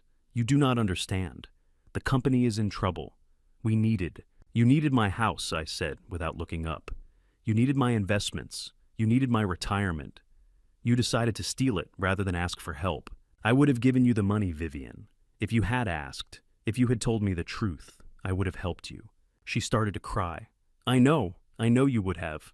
But Marcus said what? She did not answer. Behind her, the movers were retreating toward the truck. One of them pulled out his phone, probably calling his dispatcher, to explain why they were abandoning the job.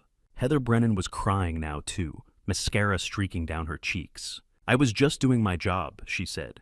I swear I did not know. He told me everything was legal. He said you were not competent to manage your own affairs. Miss Brennan, I kept my voice level. I suggest you find yourself a lawyer. You have been made an accessory to fraud, identity theft, and attempted elder abuse. I will not press charges against you if you cooperate fully with the authorities. She nodded frantically, tears streaming. Her phone buzzed in her pocket. She pulled it out and looked at the screen. The color drained from her face. It is him, she whispered. It is Mr. Gallagher. Answer it. She stared at me. What? Answer it. Put it on speaker. I want to hear what he says. Her hands shaking, Heather pressed the button. Marcus Gallagher's smooth voice came through the tiny speaker. Heather, is it done? Did she sign the papers? I stepped closer to the phone. It is not done, Marcus, and she did not sign anything. Silence. Long, stretching silence. When Marcus spoke again, his voice had changed completely. Gone was the polished charm. What remained was flat and cold. Mr. Ashford, this is unexpected. I imagine it is. You should know that I signed my own trust documents last night. Everything you were trying to steal is protected, and I have photographs of every forged document you prepared. I suggest you call your lawyer.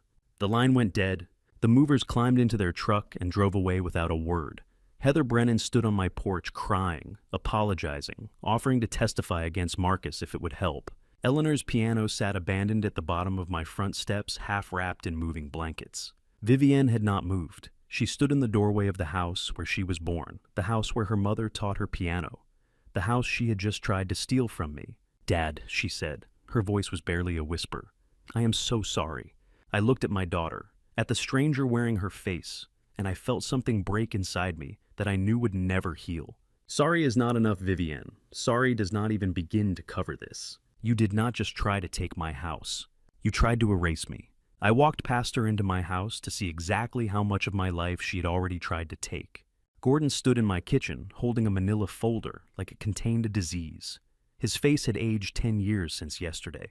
I had known this man for 3 decades, trusted him with every significant document of my life, and I had never seen him look afraid until now. They were not just stealing your money, Harold. Read page 3. I took the folder. My hands did not shake. After 40 years of examining documents that revealed human beings at their worst, I had learned to control the physical response to shock. The body wants to tremble. The mind must refuse. Page 3 was a medical evaluation dated 3 weeks ago. It bore the signature of Dr. Raymond Stokes, a physician I had visited exactly once 18 months ago for a routine physical. The evaluation diagnosed me with early-onset dementia, recommended immediate intervention, and concluded that I was mentally incapable of managing my own financial affairs. Every word was a lie. Every sentence was a weapon designed to erase me. I read the diagnosis aloud. Early cognitive decline with rapid progression. Recommend immediate power of attorney transfer to prevent financial exploitation. The irony burned like acid. They were using a fabricated claim of my vulnerability to commit the very exploitation they pretended to prevent. Gordon handed me another page. Dr. Stokes has an $85,000 gambling debt. 3 weeks ago, he received a wire transfer of $15,000 from an account linked to your daughter's company. The payment cleared 2 days before he signed that evaluation. $15,000. That was the price of my identity. That was what it cost to declare a man incompetent, to strip away his autonomy, to reduce 68 years of sharp, careful living to a signature on a forged document. I had investigated cases where lives were destroyed for less. I never imagined I would become one of those cases. The plan was complete, now visible in its terrible architecture. The forged power of attorney would give Vivienne control of my assets. The fabricated medical evaluation would justify her control if anyone questioned it. My house, my investments, my retirement funds, everything I had built over 4 decades would flow into accounts I could not access, managed by people who had decided I was already dead. I heard footsteps in the hallway. Vivienne appeared in the kitchen doorway, her face pale, her eyes moving between Gordon and the folder in my hands. She had been listening. Dad, I can explain. I looked at my daughter. I looked at the woman who had once sat on my lap while I taught her to read financial statements, who had graduated summa cum laude, who had built a company from nothing. I looked at her and saw a stranger. Gordon's voice was steady. The police are on their way. I called them 20 minutes ago. Vivienne's composure shattered. The professional mask she had worn through the confrontation outside cracked and fell away, revealing something raw underneath. She began to cry, and the sound was terrible because it was genuine. Whatever else she had become, whatever crimes she had committed, the grief was real. I did not know, she said. I did not know about the medical report. Marcus said it was just paperwork that you would sign willingly, that it was temporary until the company stabilized. He said you would understand. Marcus. The name hung in the air between us. Marcus Gallagher, the man with the expensive suit and the confident handshake, the man who had sat at my birthday dinner, asking careful questions about my mental clarity. He told me he loved me, Vivienne whispered. He said we would build something together once the company was saved. He said after everything with Derek, I deserved someone who truly saw me. I understood then. The affair had not been separate from the scheme. It had been the scheme. Marcus had not fallen in love with my daughter. He had identified a target, exploited her loneliness, and weaponized her desperation. 2 police officers arrived through the front door Gordon had left open. They were young, professional, and uncomfortable. Arresting a woman in her father's kitchen while he watched was not the call they had expected today. One of them, a tall woman with kind eyes, read Vivienne her rights, while her partner guided my daughter's hands behind her back. Heather later cooperated fully with authorities, providing testimony that helped build the case against Marcus. Vivienne looked at me as they led her toward the door. Dad, please, I am so sorry. I said nothing. There was nothing to say that would not break us both further. I watched through the window as they placed her in the patrol car. The November rain had started again, streaking the glass, blurring her face as the car pulled away. My daughter, my only child, the last living piece of Eleanor, gone. The silence that followed was absolute. Gordon had stepped outside to speak with the remaining officer. I stood alone in my kitchen, in the house Eleanor and I had filled with 40 years of memories, and I felt something hollow open inside my chest. My phone rang. Derek's number. I answered without speaking. Harold? Derek's voice was broken, the words coming between sobs. I just found something. On Marcus's laptop. He left it at the house when he packed. I waited. Harold, Marcus has a wife. Her name is Colleen. They have 2 kids. They live in Seattle. He has been married for 12 years. The phone was cold against my ear.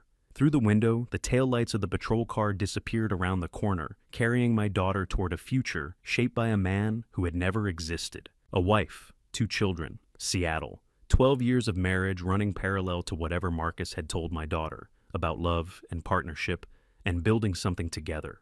The hollow space in my chest grew larger. Derek was still crying. What do I do? What do I tell her? I had no answer. Outside, the rain fell harder, and somewhere in this city, Marcus Gallagher was running, leaving behind a trail of broken families and stolen futures. My daughter had been arrested for crimes she committed in the name of a man who did not exist, loving a fiction, betraying her father for a ghost. I hung up the phone and stood in the silence of my kitchen, listening to the rain, wondering when exactly I had lost her. Derek stood on my doorstep at 9 o'clock, laptop pressed against his chest like a shield. His eyes were swollen, his voice wrecked, but what he said next made me forget everything else. I have 2 years of messages between them, every single one. I stepped aside and let him in. The kitchen still smelled of the coffee I had made hours ago, back when I thought the worst was over. Back when I believed my daughter had simply been desperate, not deceived. Derek sat at the table where Eleanor and I had shared 40 years of morning conversations, and he opened the laptop like a man preparing to perform surgery on himself. The screen glowed blue in the dim kitchen.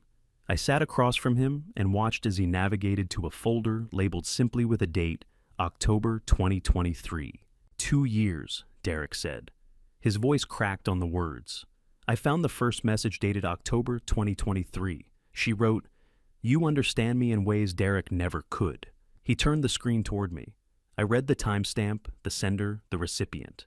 My daughter's words typed to a man who had been planning her destruction while she believed she was falling in love. The messages scrolled endlessly, hundreds of them.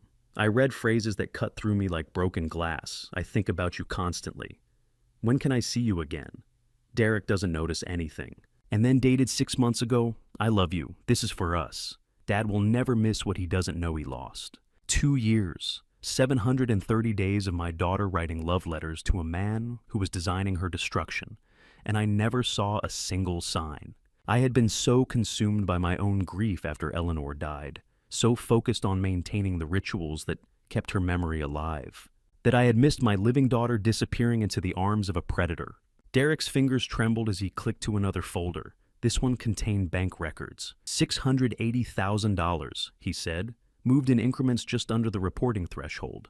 She learned that from watching you do tax work, Harold. I stared at the numbers. 18 months of transfers, each one carefully sized to avoid automatic reporting requirements. My daughter had absorbed my lessons about financial investigation and used them to commit the very crimes I had spent my career exposing.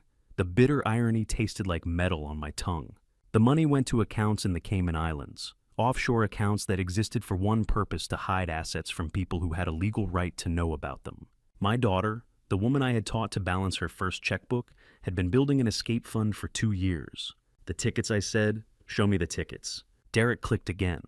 2 airline reservations appeared on the screen, departing Portland International in 3 days. One-way flights to Grand Cayman. The first ticket was in Vivian's name. The second was registered to M. Gallagher. She was going to disappear, Harold. Derek's voice broke completely, with a man who was lying to her, too. How do you grieve for someone who is still alive? How do you mourn the daughter you thought you knew, while reading proof she never existed? I sat in my kitchen, surrounded by the furniture Eleanor had chosen and the photographs we had hung together, and I felt the ground beneath my understanding shift and crack. Vivian had not simply stolen from me. She had been preparing to vanish, to leave behind her marriage, her family, her entire life, and disappear into a fantasy that Marcus Gallagher had carefully constructed around her. She thought she was running toward love. She was actually running into a trap. The coffee maker gurgled in the silence. Outside, a car passed on the wet street, its tires hissing against the November rain. Derek wiped his eyes and pulled up another document. I have been investigating, he said, since I found the messages. I traced the 3 contracts that fell through. Every single one was introduced by Marcus, and I found emails where he told those clients to back out. I looked at the records he showed me. 3 major contracts, each worth hundreds of thousands of dollars, each one introduced to Vivian's company by Marcus Gallagher. Each one withdrawn within weeks of signing, citing vague concerns about company stability.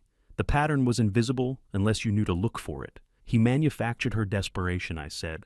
The words hung in the air between us. The kitchen clock ticked steadily, marking seconds that felt like hours. I understood now what had happened to my daughter's company. The sudden loss of contracts, the employee layoffs, the crushing debt, the desperate need for money that led her to my door with forged documents and a fraudulent medical evaluation. None of it was accident or bad luck. He made her. Like a sculptor working in desperation instead of clay, Marcus Gallagher had spent 2 years crafting the perfect thief, and my daughter never knew she was the raw material. He had not found a vulnerable woman to manipulate. He had created one. He had systematically destroyed her business, isolated her emotionally, and positioned himself as her only hope. Derek closed the laptop and looked at me with something new in his eyes. Not just grief, but purpose. The man who had warned me with an 11-second phone call, who had sobbed on the line, telling me about Marcus's secret family, had transformed into something harder. "I am going to prove it," he said. "All of it. The sabotage, the affair, the offshore accounts. I am going to build a case that destroys him." I nodded. In that moment, sitting across from the son-in-law, who had every reason to hate my daughter, I felt something shift in my chest. Derek Holloway was not seeking revenge. He was seeking justice. And despite everything Vivienne had done to him, he was still trying to prove that she had been a victim too. "There is more," Derek said. His voice dropped. "Marcus has done this before. I found records of a woman in Denver, same pattern, same timeline. And Harold, she has been missing for 3 years. He opened the laptop again and showed me a name I had never seen before. Patricia Vance, last known location, Grand Cayman. The kitchen fell silent. The coffee maker stopped gurgling. Even the rain outside seemed to pause. I looked at Derek and I saw my own horror reflected in his eyes. We were not just investigating financial fraud anymore. We were looking at something much darker. Gordon spread the documents across my kitchen table, like a surgeon laying out instruments before an operation. Derek sat beside him, his face gaunt from sleepless nights, his hands steady in a way they had not been 24 hours ago. Patricia Vance's name still echoed in my mind, but what they were about to show me would make her disappearance feel like just the beginning. "We have got him," Gordon said. "Every contract Marcus sabotaged, every email he sent, telling clients to pull out every dollar he funneled. But, Harold, what the investigator found is worse than we imagined." He slid a stack of corporate filings toward me. The top page showed a Nevada business registration dated 6 months ago. Gallagher Acquisitions, LLC. The sole asset it was positioned to acquire was listed in neat legal language the intellectual property client lists and operational infrastructure of a Portland-based consulting firm, my daughter's company. He set up a shell company, Gordon continued. 6 months ago, while he was romancing Vivienne, he was preparing to buy her company out of bankruptcy. For pennies. Derek leaned forward. I traced every contract that collapsed. The 3 major clients who pulled out last year, the ones that created the cash flow crisis, every single one was introduced by Marcus. And I found the emails where he advised them to withdraw. A vulture. That is what Derek had called him last night, and the word landed again like a verdict. Marcus Gallagher had not fallen in love with my daughter. He had been circling her corpse before she was even dead. He had spent 18 months systematically destroying her business, introducing clients he knew would default, whispering in their ears to pull their contracts, manipulating projections to mask the damage until it was too late. The goal was never just theft, Gordon said. He wanted the company. Push Vivienne into crime, let her take the fall, then acquire the bankrupt business through his shell corporation. He would have gotten both her company and your $4 million estate. Your daughter was going to lose everything and go to prison while Marcus walked away with it all. I stared at the documents. 18 months of calculated destruction, and my daughter had believed she was building a future with this man. She had written love letters to her own executioner. Before I reveal the dark truth my investigator uncovered about Marcus's hidden life, I have to ask, are you still with me? If you're, please leave a quick comment to let me know you're still here. If you were in my shoes right now, what would you do? Would you forgive or expose? Write one word in the comments, forgive, if you try to save your daughter quietly, or expose if you'd tear the whole mask off no matter who gets hurt. Your choice here might change how you see the rest of this story. And a quick heads up, the next part contains some fictionalized details added for narrative impact. If you're looking for a strictly factual report and don't want to hear it, you can stop the video right here. But for those who stay, the real horror is only beginning. Gordon pulled out a manila envelope and opened it slowly. The private investigator he had hired, a former Portland police detective named Rita Sullivan, who now specialized in financial fraud cases, had spent 2 weeks tracing Marcus Gallagher's hidden life. What she found would change everything. Marcus has been married for 12 years, Gordon said. His wife's name is Colleen Gallagher. They have 2 children, a 10-year-old daughter and an 8-year-old son. They live in a house in Seattle's Queen Anne neighborhood, worth about $1.2 million. He placed a photograph on the table. Colleen Gallagher smiled up at me from the image, a woman in her early 40s with kind eyes and auburn hair, standing in front of a Queen Anne Victorian with 2 children pressed against her sides and a husband whose arm wrapped around her shoulders. Marcus Gallagher, the same man who had sat at my birthday dinner asking about my mental clarity, the same man who had promised my daughter a future in Grand Cayman. 12 years married, 2 children who called him daddy. And 3 days a week he drove to Portland to romance my daughter with lies about a future that never existed. I looked at the photograph and felt something cold settle in my chest. Derek's voice was barely a whisper. She destroyed her life for a man who was lying about everything. Everything. Does Colleen know? I asked. Not yet, Gordon said, but she will, because this is not the first time he has done this. He pulled out another file. Patricia Vance had been 34 years old when she disappeared, a Denver real estate developer whose family fortune caught the attention of a predator named Marcus Gallagher. Her last known location was a resort in Grand Cayman that she checked into but never checked out of. Same pattern, Gordon said. Affair, financial manipulation, company sabotage. Patricia's family lost $2.3 million. She vanished 3 years ago. The FBI has an open file on her case. The plane tickets, one way to Grand Cayman. My daughter was not escaping to paradise. She was being led to a grave, the same destination where Patricia Vance had vanished without a trace. The same tropical island where Marcus Gallagher apparently disposed of the women he had finished using. Grand Cayman, paradise. Except Patricia Vance went to paradise 3 years ago and never came back. And my daughter had a one-way ticket to the same destination. We have to tell her, Derek said. His voice cracked. Vivian has to know what she almost walked into. I nodded slowly. My daughter was sitting in a jail cell right now, believing she had been betrayed by a man she loved. She did not know the truth. She did not know that love had never been part of the equation. She did not know she had been marked for death from the moment Marcus Gallagher first smiled at her. I stared at the photograph of Marcus's family, Colleen's trusting smile, the children's innocent faces, and felt something shift in my chest. Not just anger anymore. Purpose. We are going to the FBI, I said. And then I am going to visit my daughter. She needs to know she was not the villain in this story. She was the next victim. Derek nodded, but Gordon held up his hand. His face had gone pale. There is one more thing, he said. Marcus knows we are investigating. Rita followed his movements this morning. He booked a flight to Grand Cayman. It leaves tomorrow at 6 a.m. The kitchen fell silent. The clock on the wall ticked steadily, counting down hours we did not have. Somewhere in this city, Marcus Gallagher was packing his bags, preparing to flee to the same island where Patricia Vance had disappeared. And if we did not stop him, he would vanish into paradise and never answer for any of it.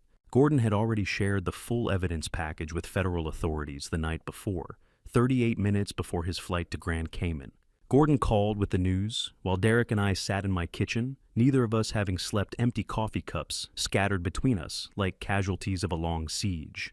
But the victory felt hollow. Someone still had to tell my daughter that the man she destroyed her life for had been planning to destroy her.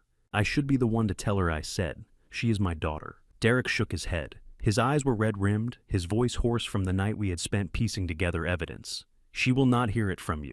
Not yet. She's still too angry, too ashamed. But me, I am the husband she betrayed. If I can forgive her enough to tell her the truth, maybe she will believe it. He was right, and I hated that he was right. My son-in-law, the man Vivian had deceived for 2 years, was going to deliver the news that would shatter what remained of her world. He gathered the photographs, the evidence, and what remained of his broken heart.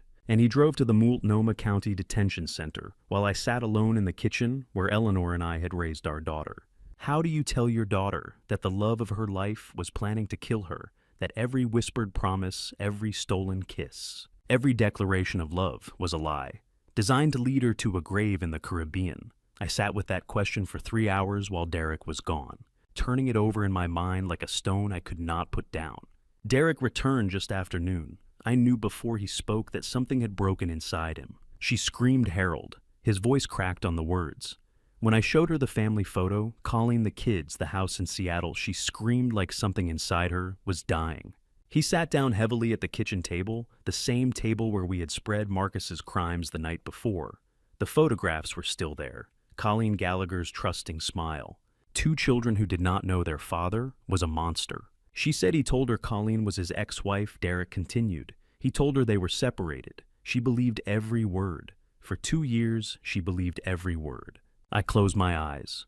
My daughter had destroyed her marriage, her company, and her relationship with me, for a man who had lied about everything. She had committed crimes, betrayed her family, and nearly fled to a tropical island where women disappeared and never came back. And through it all, she had believed she was choosing love. Derek wiped his eyes. She will testify. Against Marcus, against Dr. Stokes, against everyone who helped him. She wants them to burn. I nodded slowly. Vivian had finally seen the truth. The man she loved had never existed. And now she wanted justice or something close to it. Derek was filing for divorce. My son-in-law, the man who saved my life, who betrayed his own wife to protect me, was walking away from his marriage, and I could not blame him. Some betrayals are forgivable. Some just leave scars too deep to live with. I am filing for divorce, Harold. He said it quietly without anger. I need you to know it is not revenge. It is not punishment. I just cannot go back to who we were. That person does not exist anymore. You saved her life, Derek. I reached across the table. You warned me. You found the evidence. You do not owe her forgiveness on top of all that. He looked at the photographs scattered between us. I will always love who she was. I just cannot love who she became. He left an hour later. I watched his car disappear down the street, and then I was alone in the house that Eleanor and I had filled with 40 years of memories. The silence pressed against me like a physical weight. I found myself walking to the living room, drawn by something I could not name. Eleanor's piano sat in the corner, where it had always been polished and dust-free because I had never stopped caring for it, even though I had never played it since the day she died. The piano had been silent for 5 years. Eleanor's fingers had last touched these keys on a Tuesday morning, 3 days before the cancer took her. I had kept it tuned, but never played. Now I understood why I had been waiting. I needed to hear her voice one more time before the trial. I sat on the bench. The leather was cold through my trousers. My wedding ring caught the fading December light as I lifted my hand to the keys. I pressed middle C. The note hung in the air like a question, like a prayer. Like the ghost of every evening, Eleanor had filled this room with music while I read in my chair and our daughter did her homework at the dining table. Eleanor's voice came to me then, not from memory but from somewhere deeper. Enabling is not love, Harold. You taught me that when we raised her. Do not forget it now. I understood. I could not save Vivienne from the consequences she had earned. I could not rescue her from the choices she had made, but I could love her through it. I could hold the line between enabling and abandoning, between forgiveness and accountability. I could be the father Eleanor had believed I could be. I played the first chord. E minor, Eleanor's favorite. The sound washed over me like absolution. The trial would begin in 2 weeks. Marcus, Dr. Stokes, and my daughter would all face judgment. I would sit in that courtroom and watch the legal system dismantle the scheme that had nearly cost me everything. But as I sat in the fading December light, my fingers finding notes I had not played in 5 years, I realized the hardest testimony would not come from witnesses or evidence. It would come from me. Gordon had called an hour ago with news I had not told Derek. The prosecution wanted me to testify against my own daughter. I played another chord and let the sound fill the empty house. Enabling is not love, Eleanor had said. And in 2 weeks, I would prove I had finally learned that lesson, even if it broke what was left of my heart. The Multnomah County Courthouse smelled like old wood and new anxiety. I walked through the metal detectors at 8:47 a.m., 13 minutes before the trial that would decide my daughter's fate and mine. The 2 weeks since Gordon's call had passed in a blur of document reviews and sleepless nights, and now the moment had arrived. Gordon waited by the courtroom doors. Beside him stood a woman I had not seen in 7 years, Iris Holloway, Derek's mother. She was in her late 60s now, with silver hair and the quiet dignity of someone who had looked death in the face and walked away. 7 years ago, she had been given 3 months to live. Today she was here because I had written a check that bought her 7 more years of life. Harold. She took my hands in hers. Thank you for what you did for me. I am here to return the favor. I squeezed her hands and could not find words. The woman whose life I had saved was going to watch me testify against the woman who had married her son. We entered courtroom 4B together. Judge Theodore Marshall presided from the bench, a 60-year-old black man with reading glasses and a reputation for zero tolerance of courtroom theatrics. He had seen every kind of family tragedy this courthouse could produce. Ours, I suspected, would not surprise him. I took my seat in the gallery between Gordon and Iris, and then I saw her.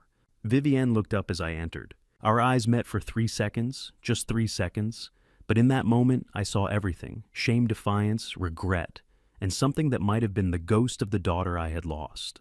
She wore county jail clothes that made her look diminished older. Then she looked away, and the stranger returned. Marcus Gallagher sat at a separate defense table, his expensive suit immaculate, showing no remorse.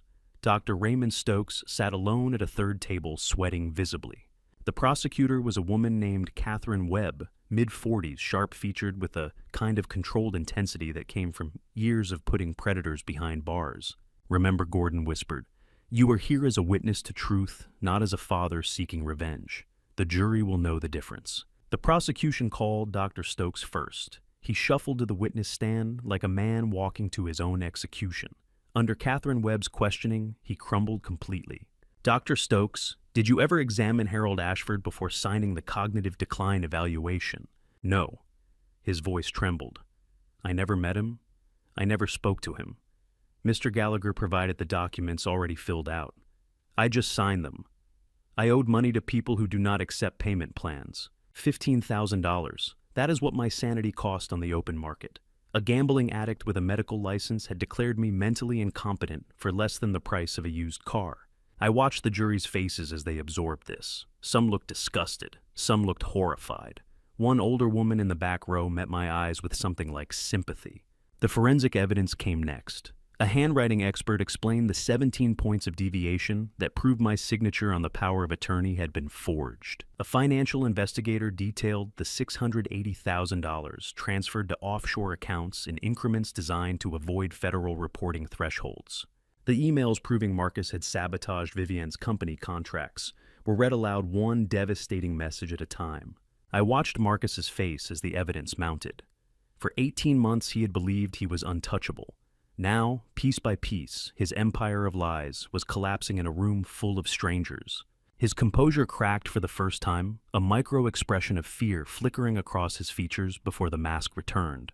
Then the prosecutor called Derek Holloway to the stand. Derek walked past his wife without looking at her. He placed his hand on the Bible, swore to tell the truth, and sat down in the witness box. His face was pale but determined. "Mr. Holloway," Catherine Webb began, "why did you warn Harold Ashford about the scheme? Why did you betray your own wife?" Derek's voice was steady at first. 7 years ago, my mother was dying. Cancer. The treatment she needed cost $240,000. Insurance said no. We had nothing." He paused. His eyes found mine across the courtroom. Harold Ashford, a man I had only known for 2 years, wrote a check. He did not ask for repayment. He did not ask for anything. He just said, "Family takes care of family." Let me tell you what $240,000 looks like. It looks like a woman sitting in a courtroom 7 years after she should have died. It looks like her son on the witness stand, tears streaming down his face, explaining why he chose his father-in-law over his wife. It looks like justice that started with kindness. Derek's voice cracked as he continued. "He saved my mother's life. She is sitting in this courtroom right now because of him. How could I let them destroy him? How could I stay silent while the man who saved my mother was being robbed of everything, including his own mind?" Iris wept quietly beside me. I felt moisture on my own cheeks and did not wipe it away. "I loved my wife," Derek said. "I still love who she used to be. But some debts are more than money. Some debts are your soul." The courtroom was silent. The jury sat motionless. Even Judge Marshall seemed moved, his usual impassive expression softened by something human. Derek stepped down from the witness stand. As he passed Vivian's table, she reached toward him, but he walked on without stopping. Iris rose and embraced her son in the aisle. I wiped my eyes and felt something I had not felt in months: hope. Then Catherine Webb stood and said the words I had been dreading since Gordon's call 2 weeks ago. "The people call Harold Ashford to the stand." I rose on legs that did not feel like mine. Gordon squeezed my shoulder. Iris met my eyes and nodded. Once a gesture of faith I did not feel I deserved. I walked toward the witness box. My daughter's eyes followed me every step of the way. In 60 seconds, I would swear an oath to tell the truth. And then I would have to tell it about my own child in a room full of strangers while she watched. The bailiff held out the Bible. I placed my hand on it and felt the weight of everything I was about to say. I had just returned to my seat after 2 hours of testimony. 2 hours of telling a courtroom full of strangers how my daughter had tried to steal my mind and my money. When the prosecutor said something that made Marcus Gallagher go pale, "The people call Colleen Gallagher." The courtroom doors swung open, and a woman walked in wearing a wedding ring that matched the one on Marcus's hand. Colleen Gallagher moved through the courtroom like a woman who had already survived the worst day of her life, composed, dignified. Her auburn hair pulled back from a face that showed no emotion except controlled fury. She was 42 years old and had spent 12 years married to a man who had been lying to her face while planning to disappear with another woman. The wedding ring on her finger caught the fluorescent light as she approached the witness stand, a simple gold band that represented 12 years of vows he had never intended to keep. Marcus tried to stand. His attorney grabbed his arm and pulled him back down, whispering urgently in his ear. For the first time since I had known his name, the predator looked like prey cornered, panicked, watching his carefully constructed world collapse one witness at a time. His face had gone from confident to ashen in the span of a single heartbeat. Objection! Marcus shouted, his voice cracking on the word. This witness was not disclosed. Judge Marshall's voice was ice. Mrs. Gallagher was added to the witness list. 48 hours ago, Mr. Gallagher. Your attorney was notified. Sit down. The judge's gavel did not need to fall. The command in his voice was enough. Marcus sank back into his chair like a puppet with cut strings. I watched Vivienne's face as Colleen walked past. My daughter had believed she was escaping to paradise with the love of her life. Now she was watching that love's real wife take the witness stand, wearing the ring that should have told Vivienne everything she needed to know 2 years ago. Vivienne's hand went to her mouth, and I saw the moment of realization hit her like a physical blow. Everything she had believed, everything Marcus had told her, every whispered promise of a future together, had been built on a foundation of lies so complete that even the ring on his finger had been part of the deception. Mrs. Gallagher, Catherine Webb, began, her voice professional but not unkind. How long have you been married to the defendant? Colleen's voice was steady, clear. The voice of a woman who had practiced these words in her mirror until they no longer made her cry. 12 years this past June. We have 2 children. Emma is 10, James is 8. They do not know why their father is not coming home. They do not understand why mommy is crying at night, or why we had to cancel our family vacation. They still think daddy is on a business trip. Emma is 10, James is 8. 2 children in Seattle who still believed their father was a good man. 2 children who would grow up knowing he had planned to abandon them for a woman he had manipulated into crime. Marcus Gallagher had not just destroyed my family, he had destroyed his own. And sitting there in that courtroom listening to Colleen describe her children's confusion and pain, I felt something shift inside me. Not forgiveness for Marcus, but a terrible understanding that my daughter had not been his only victim. Did you know your husband was engaged in a romantic relationship with Vivienne Ashford? No. Colleen's composure never wavered, though I saw her knuckles whiten as she gripped the edge of the witness box. I believed he was building a business in Portland. I believed he was working to give our family a better future. I believed he spent 3 days a week in meetings and strategy sessions. I believed everything he told me for 12 years. She paused, and in that pause I heard the weight of a decade of trust betrayed. I believed him when he said he loved me. I believed him when he promised to always be there for our children.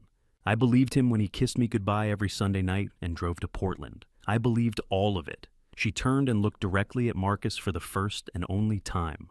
Her eyes, which had been carefully controlled throughout her testimony, now burned with something raw and terrible. I trusted you with everything. Our children trusted you. Emma still sleeps with the stuffed bear you gave her for her 5th birthday. James practices basketball in the driveway because he wants to be just like his dad. And you were planning to disappear to Grand Cayman with another woman while we waited for you to come home. While your children waited for bedtime stories you would never tell. While I waited for a husband who was already gone. Marcus could not meet her eyes. The man who had smiled his way through my birthday dinner, who had charmed my daughter into betraying her family, who had rehearsed every word and gesture of his elaborate con, sat hunched at the defense table like a beaten dog. The mask was gone. The charm had evaporated. Only the predator remained, and the predator had finally been caught. Colleen stepped down from the witness stand. She walked past Marcus without looking at him, past Vivienne without acknowledging her existence, and out of the courtroom. The door closed behind her with the soft click of a life ending. I learned later that within days Colleen filed for divorce and full custody of their children. She would also testify in the murder investigation, providing bank records and travel logs that placed Marcus in Grand Cayman during the window when Patricia Vance disappeared. But in that moment, all I could think about was the sound of that door closing, and the children who would never understand why their father had chosen greed over them. Then the prosecutor called my daughter. Vivian walked to the witness stand on legs that seemed barely able to carry her. Her face was pale, her eyes red from crying, her hands shaking as she placed one on the Bible. She swore to tell the truth, and then she began to confess. She told them everything. The affair that had started as professional admiration and become something she mistook for love. The late-night conversations where Marcus had slowly, carefully isolated her from everyone who might have warned her. The forged documents she had signed, knowing they were fake, telling herself it was temporary, that she would pay me back, that it was not really stealing if she intended to return it someday. The $15,000 she had paid Dr. Stokes to declare her own father mentally incompetent money she had withdrawn from accounts Marcus had opened in her name. The offshore accounts she had helped him set up, believing they were for their future together. The one-way tickets to Grand Cayman that she had booked with her own credit card, not knowing that Marcus had already booked a return ticket for himself alone. The plan to steal $4 million and disappear to a tropical island with a man who had been married for 12 years and had done this before, to another woman who was now dead, Ms. Ashford. Catherine Webb asked, her voice softer now, almost gentle, "Do you accept responsibility for your role in this conspiracy?" "Yes." Vivian's voice cracked, but did not break. "I was manipulated, but I made choices. I signed documents I knew were forged. I paid a doctor to lie about my father's mind. I went through his wallet. I accessed his property records from his own computer while he slept upstairs. I was going to steal everything he had. I did those things. Me. Not just Marcus, not just the circumstances. Me." She paused. The courtroom was silent. Even the court reporter had stopped typing, caught in the gravity of the moment. Then Vivian turned and looked directly at me. "What do you say to a daughter who betrayed you?" What words exist for that moment when she looks at you with tears streaming down her face and says, "The thing you have waited months to hear, I had. 40 years of fatherhood, 68 years of vocabulary, and not a single word that fit. Dad," she said, and her voice broke completely on that single syllable. "I am sorry. I am so sorry. I know that does not fix anything. I know sorry does not give you back the daughter you thought you had. I know it does not undo the terror you felt when you saw that moving truck. I know it does not erase the moment you realized your own child was trying to erase you, but I need you to know, I am sorry." She waited for me to respond. The whole courtroom waited. The jury waited. Gordon beside me waited. Judge Marshall waited.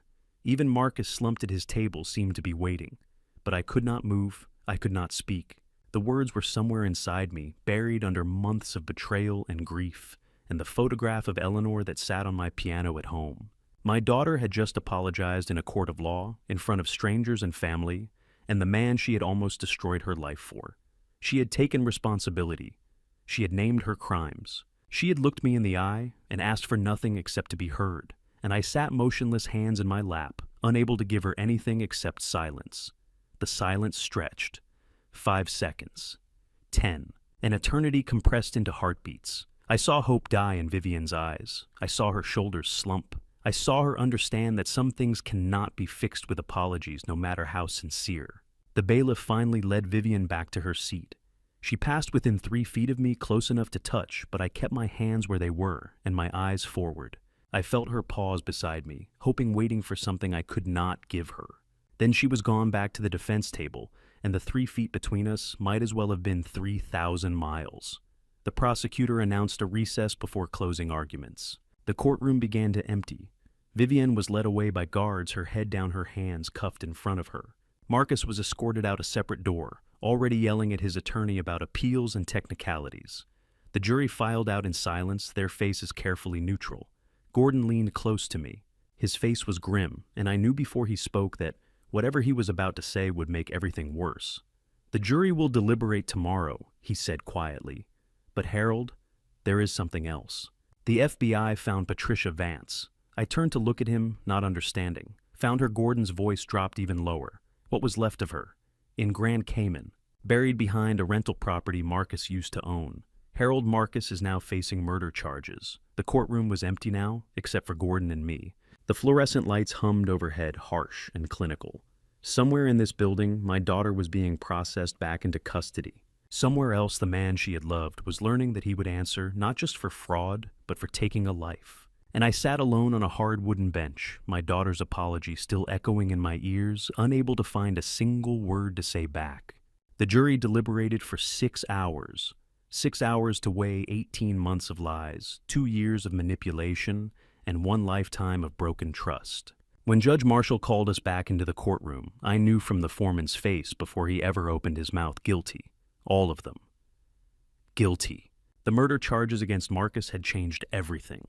Patricia Vance's remains, discovered behind a rental property Marcus once owned in Grand Cayman, had transformed a case about financial fraud into something darker. The jury had deliberated knowing they were sentencing not just a con man, but likely a killer. Judge Marshall's voice was steady as he read the verdicts. Marcus Gallagher, this court finds you guilty on all counts of fraud, embezzlement, conspiracy, and identity theft. You are hereby sentenced to over a decade in federal prison.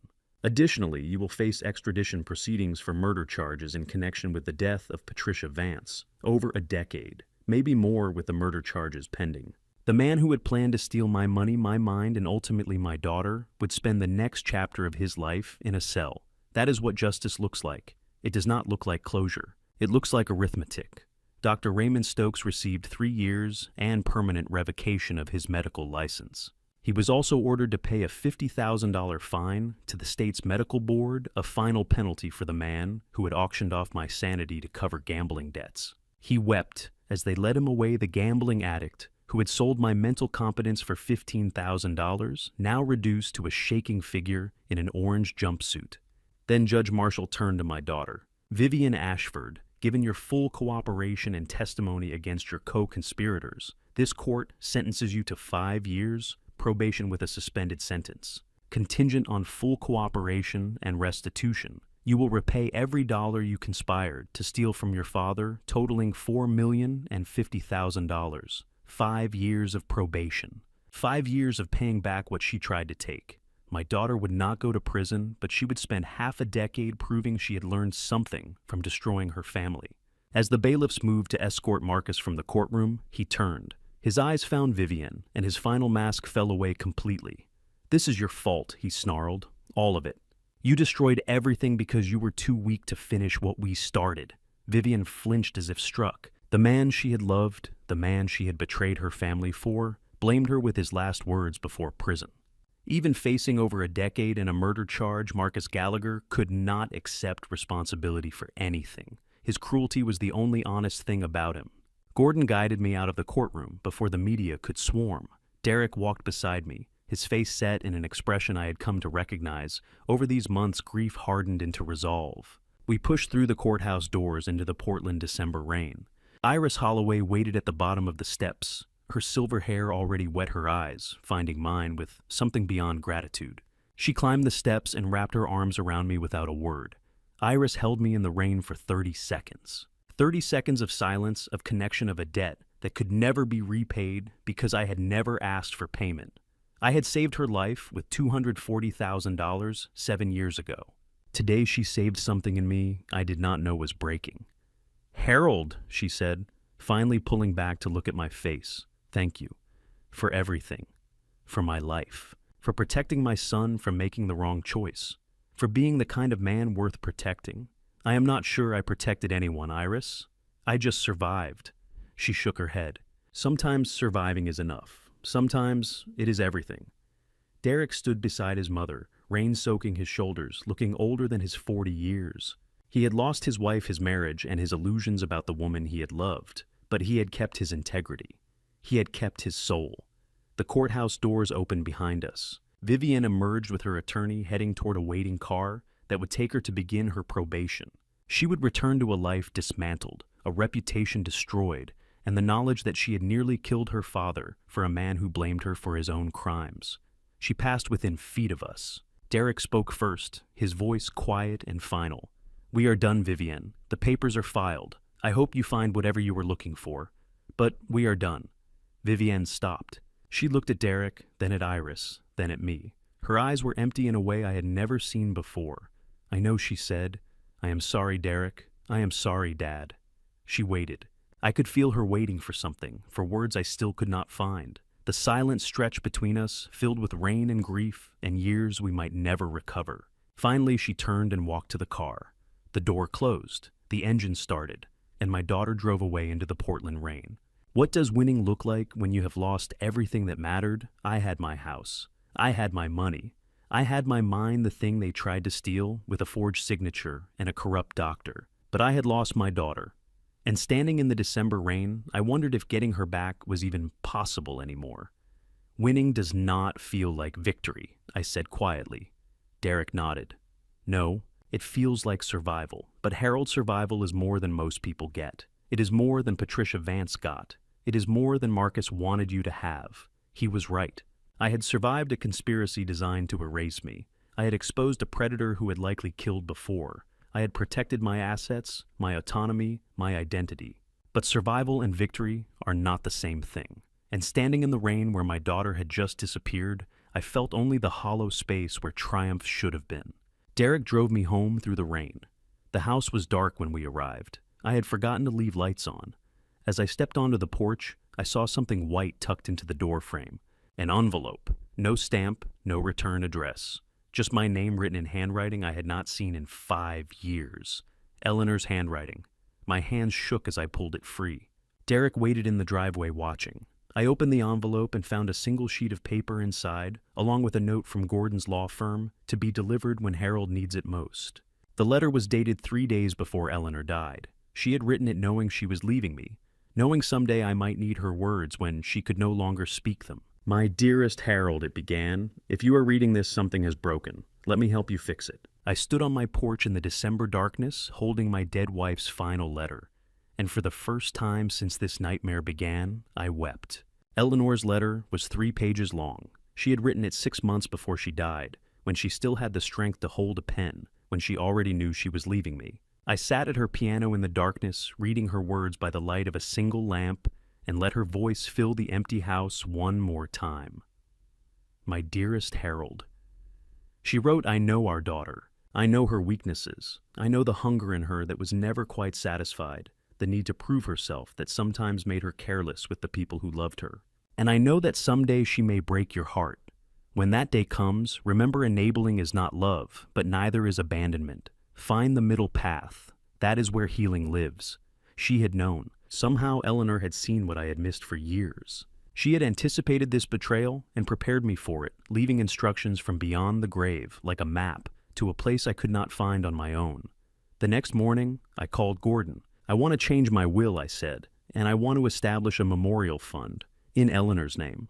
We met that afternoon. I told him what I wanted Derek Holloway included as a beneficiary. Not as a son-in-law, because that legal relationship had ended with the divorce papers. As a son. The son I never had, the man who had chosen loyalty over love and saved my life in the process. Are you sure about including Derek? Gordon asked. He is no longer family legally speaking. He is more family than blood ever made him. He saved my life, Gordon. He saved my mind. That is worth more than any marriage certificate. Let me tell you what $500,000 looks like when it is used right. It looks like families who will not have to choose between treatment and bankruptcy. It looks like mothers who get to see their sons get married. It looks like Eleanor's name on a fund that will save lives long after both of us are gone. That is a legacy worth leaving. The Eleanor Ashford Memorial Medical Fund. $500,000 to start with provisions for more. Every family that could not afford cancer treatment. Every Iris Holloway waiting for someone to write a check. Eleanor would help them now, through me forever. 3 days later, a letter arrived. Handwritten, postmarked from an apartment on the east side of Portland. Vivian's new address where she was serving her probation. I read it 3 times. The first time I felt anger. How dare she write to me after everything? The second time I felt grief for the daughter I had lost, for the woman she had become. The third time I felt something unexpected, a door cracked open with light coming through. Dad, she wrote, I do not deserve your forgiveness. I am not asking for it. I just need you to know I understand now what I did. I understand who I became. And I am sorry not because I want something from you, but because you deserved a better daughter than I was. She did not ask for money. She did not ask for reconciliation. She did not make excuses or blame Marcus for everything. I hope you find peace, she continued. I hope Derek finds happiness. I hope Mom is watching, and that somehow, someday I can make her proud again. I sat at my desk for an hour before I picked up a pen. My response took longer to write than any document I had drafted in 40 years of forensic accounting. Every word felt like a choice between doors, between futures, between the father I had been and the father I wanted to become. Vivienne, I finally wrote, I love you. I have always loved you. But love does not mean trust, and trust takes time to rebuild. I do not know if I can forgive what you did, but I know I am not ready to lose you forever. When you are ready to be my daughter again, not the woman Marcus made you write to me, I will be here. I sealed the envelope and mailed it before I could change my mind. New Year's Eve arrived cold and clear. I had tuned Eleanor's piano for the first time in 5 years. The house smelled of roasting chicken and her favorite herbs, rosemary and thyme, the scents that had filled this kitchen for 4 decades of holidays. At dusk, I walked into her garden. The rosebush she had planted 43 years ago still stood against the fence, dormant but alive, waiting for spring. I touched its bare branches and thought about what survives. Eleanor's rosebush had weathered 43 Portland winters. It had endured storms, droughts, and the years when I forgot to tend it after she died. But here it was still rooted, still reaching toward whatever light it could find. Maybe that is what family does. Maybe that is what I could do. Derek's car pulled into the driveway. I heard Iris's laugh through the evening air, a sound I had paid $240,000 to preserve, and would pay again without hesitation. They were coming for dinner. They were coming to be family. I lost a daughter this year, but I gained a son. I lost my trust, but I kept my mind, my house, my dignity. Eleanor was right. The middle path is where healing lives. Not forgiveness, not abandonment, just the door left open and the people who show up walking through it. The doorbell rang. Derek and Iris stood on the porch carrying wine and a dish that smelled like her famous apple pie. "Happy New Year," Harold Derek said. "Happy New Year, Dad," Iris added. It was the first time she had ever called me that. I stepped aside to let them in my heart, fuller than it had been in months. The warmth of the house wrapped around us as they entered, and for a moment, standing in that doorway with the cold December air at my back and the smell of roasting chicken drifting from the kitchen, I felt something I had not felt in a very long time. Hope.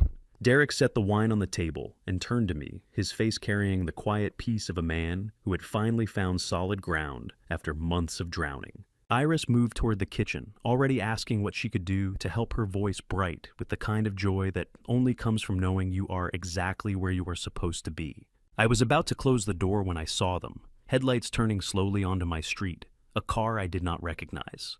It moved with hesitation, as if the driver was not entirely sure they wanted to arrive. The car stopped at the end of my driveway engine, idling headlights cutting through the December darkness.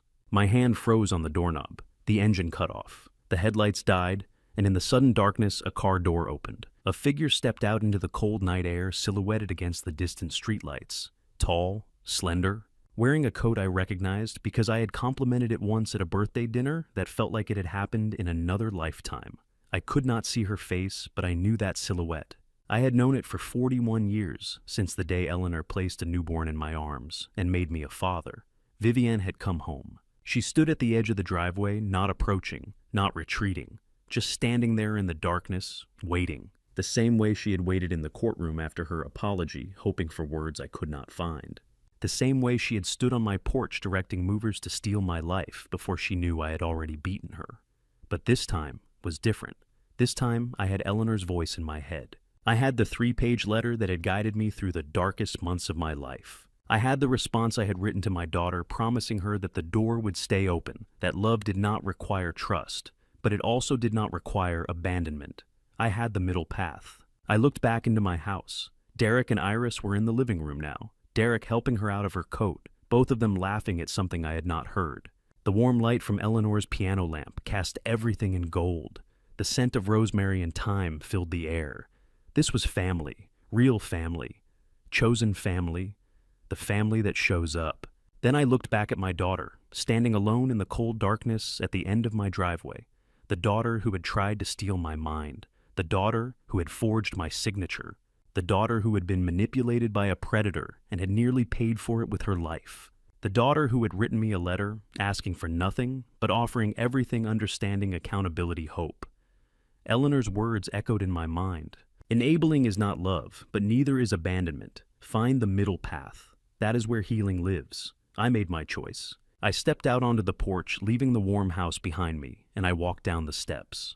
The cold December air bit at my face. My breath came out in clouds. Each step felt like a choice, like a commitment, like a promise I was making to the ghost of my wife and the memory of the father I used to be. Vivian saw me coming. She did not move. She just stood there waiting, her hands tucked into the pockets of that coat, her face still hidden in shadow. I stopped 3 feet away from her, close enough to see her now, close enough to see that she had been crying, close enough to see that she was terrified. We stood there in the cold darkness, father and daughter, separated by months of betrayal and years of distance, and a chasm of broken trust that might never fully heal. And then I spoke. I said the only words that mattered, the only words that Eleanor would have wanted me to say, the only words that were true. Come inside, Vivienne. It is cold out here. Looking back, I can finally admit something I was too proud to see before. This was never just a conflict. It was a warning I ignored until it became a consequence I couldn't escape. This family story taught me that love, when given without boundaries, can quietly invite family betrayal into your life. I trusted too easily, I overlooked too much, and I convinced myself that blood alone meant loyalty. I was wrong. If you take anything from my family story, let it be this: don't sacrifice your self-respect just to preserve the illusion of peace. Don't wait for proof when your instincts are already screaming. The truth is, family betrayal rarely begins with one big moment. It builds in silence, in small compromises, and things you choose not to question. Don't be like me. Don't delay the hard conversations. Don't ignore the signs just because they come from someone you love. Protect your future the same way you protect your family, because sometimes those are not the same thing. This family story is painful, but it's also a reminder that clarity always comes whether you're ready for it or not. And once you see it, you can never unsee it. In my darkest moment, when everything felt like it was falling apart, I realized something else: I was not truly alone. God gave me the strength to stand still when everything inside me wanted to break, not to seek revenge, but to face the truth with clarity. That was the moment I stopped being a victim of family betrayal and started becoming someone who could walk away from it. Thank you for staying with me until the end of this journey. Now, I want to hear from you. What would you do if you were Harold, standing in that exact moment when everything you trusted began to collapse? Share your thoughts in the comments below. If this story resonated with you, consider subscribing so you don't miss what comes next. And just a quick note, while this story draws inspiration from real-life situations and social themes, some elements have been dramatized to enhance the narrative experience. If this type of content isn't for you, feel free to explore other videos that better match your interests.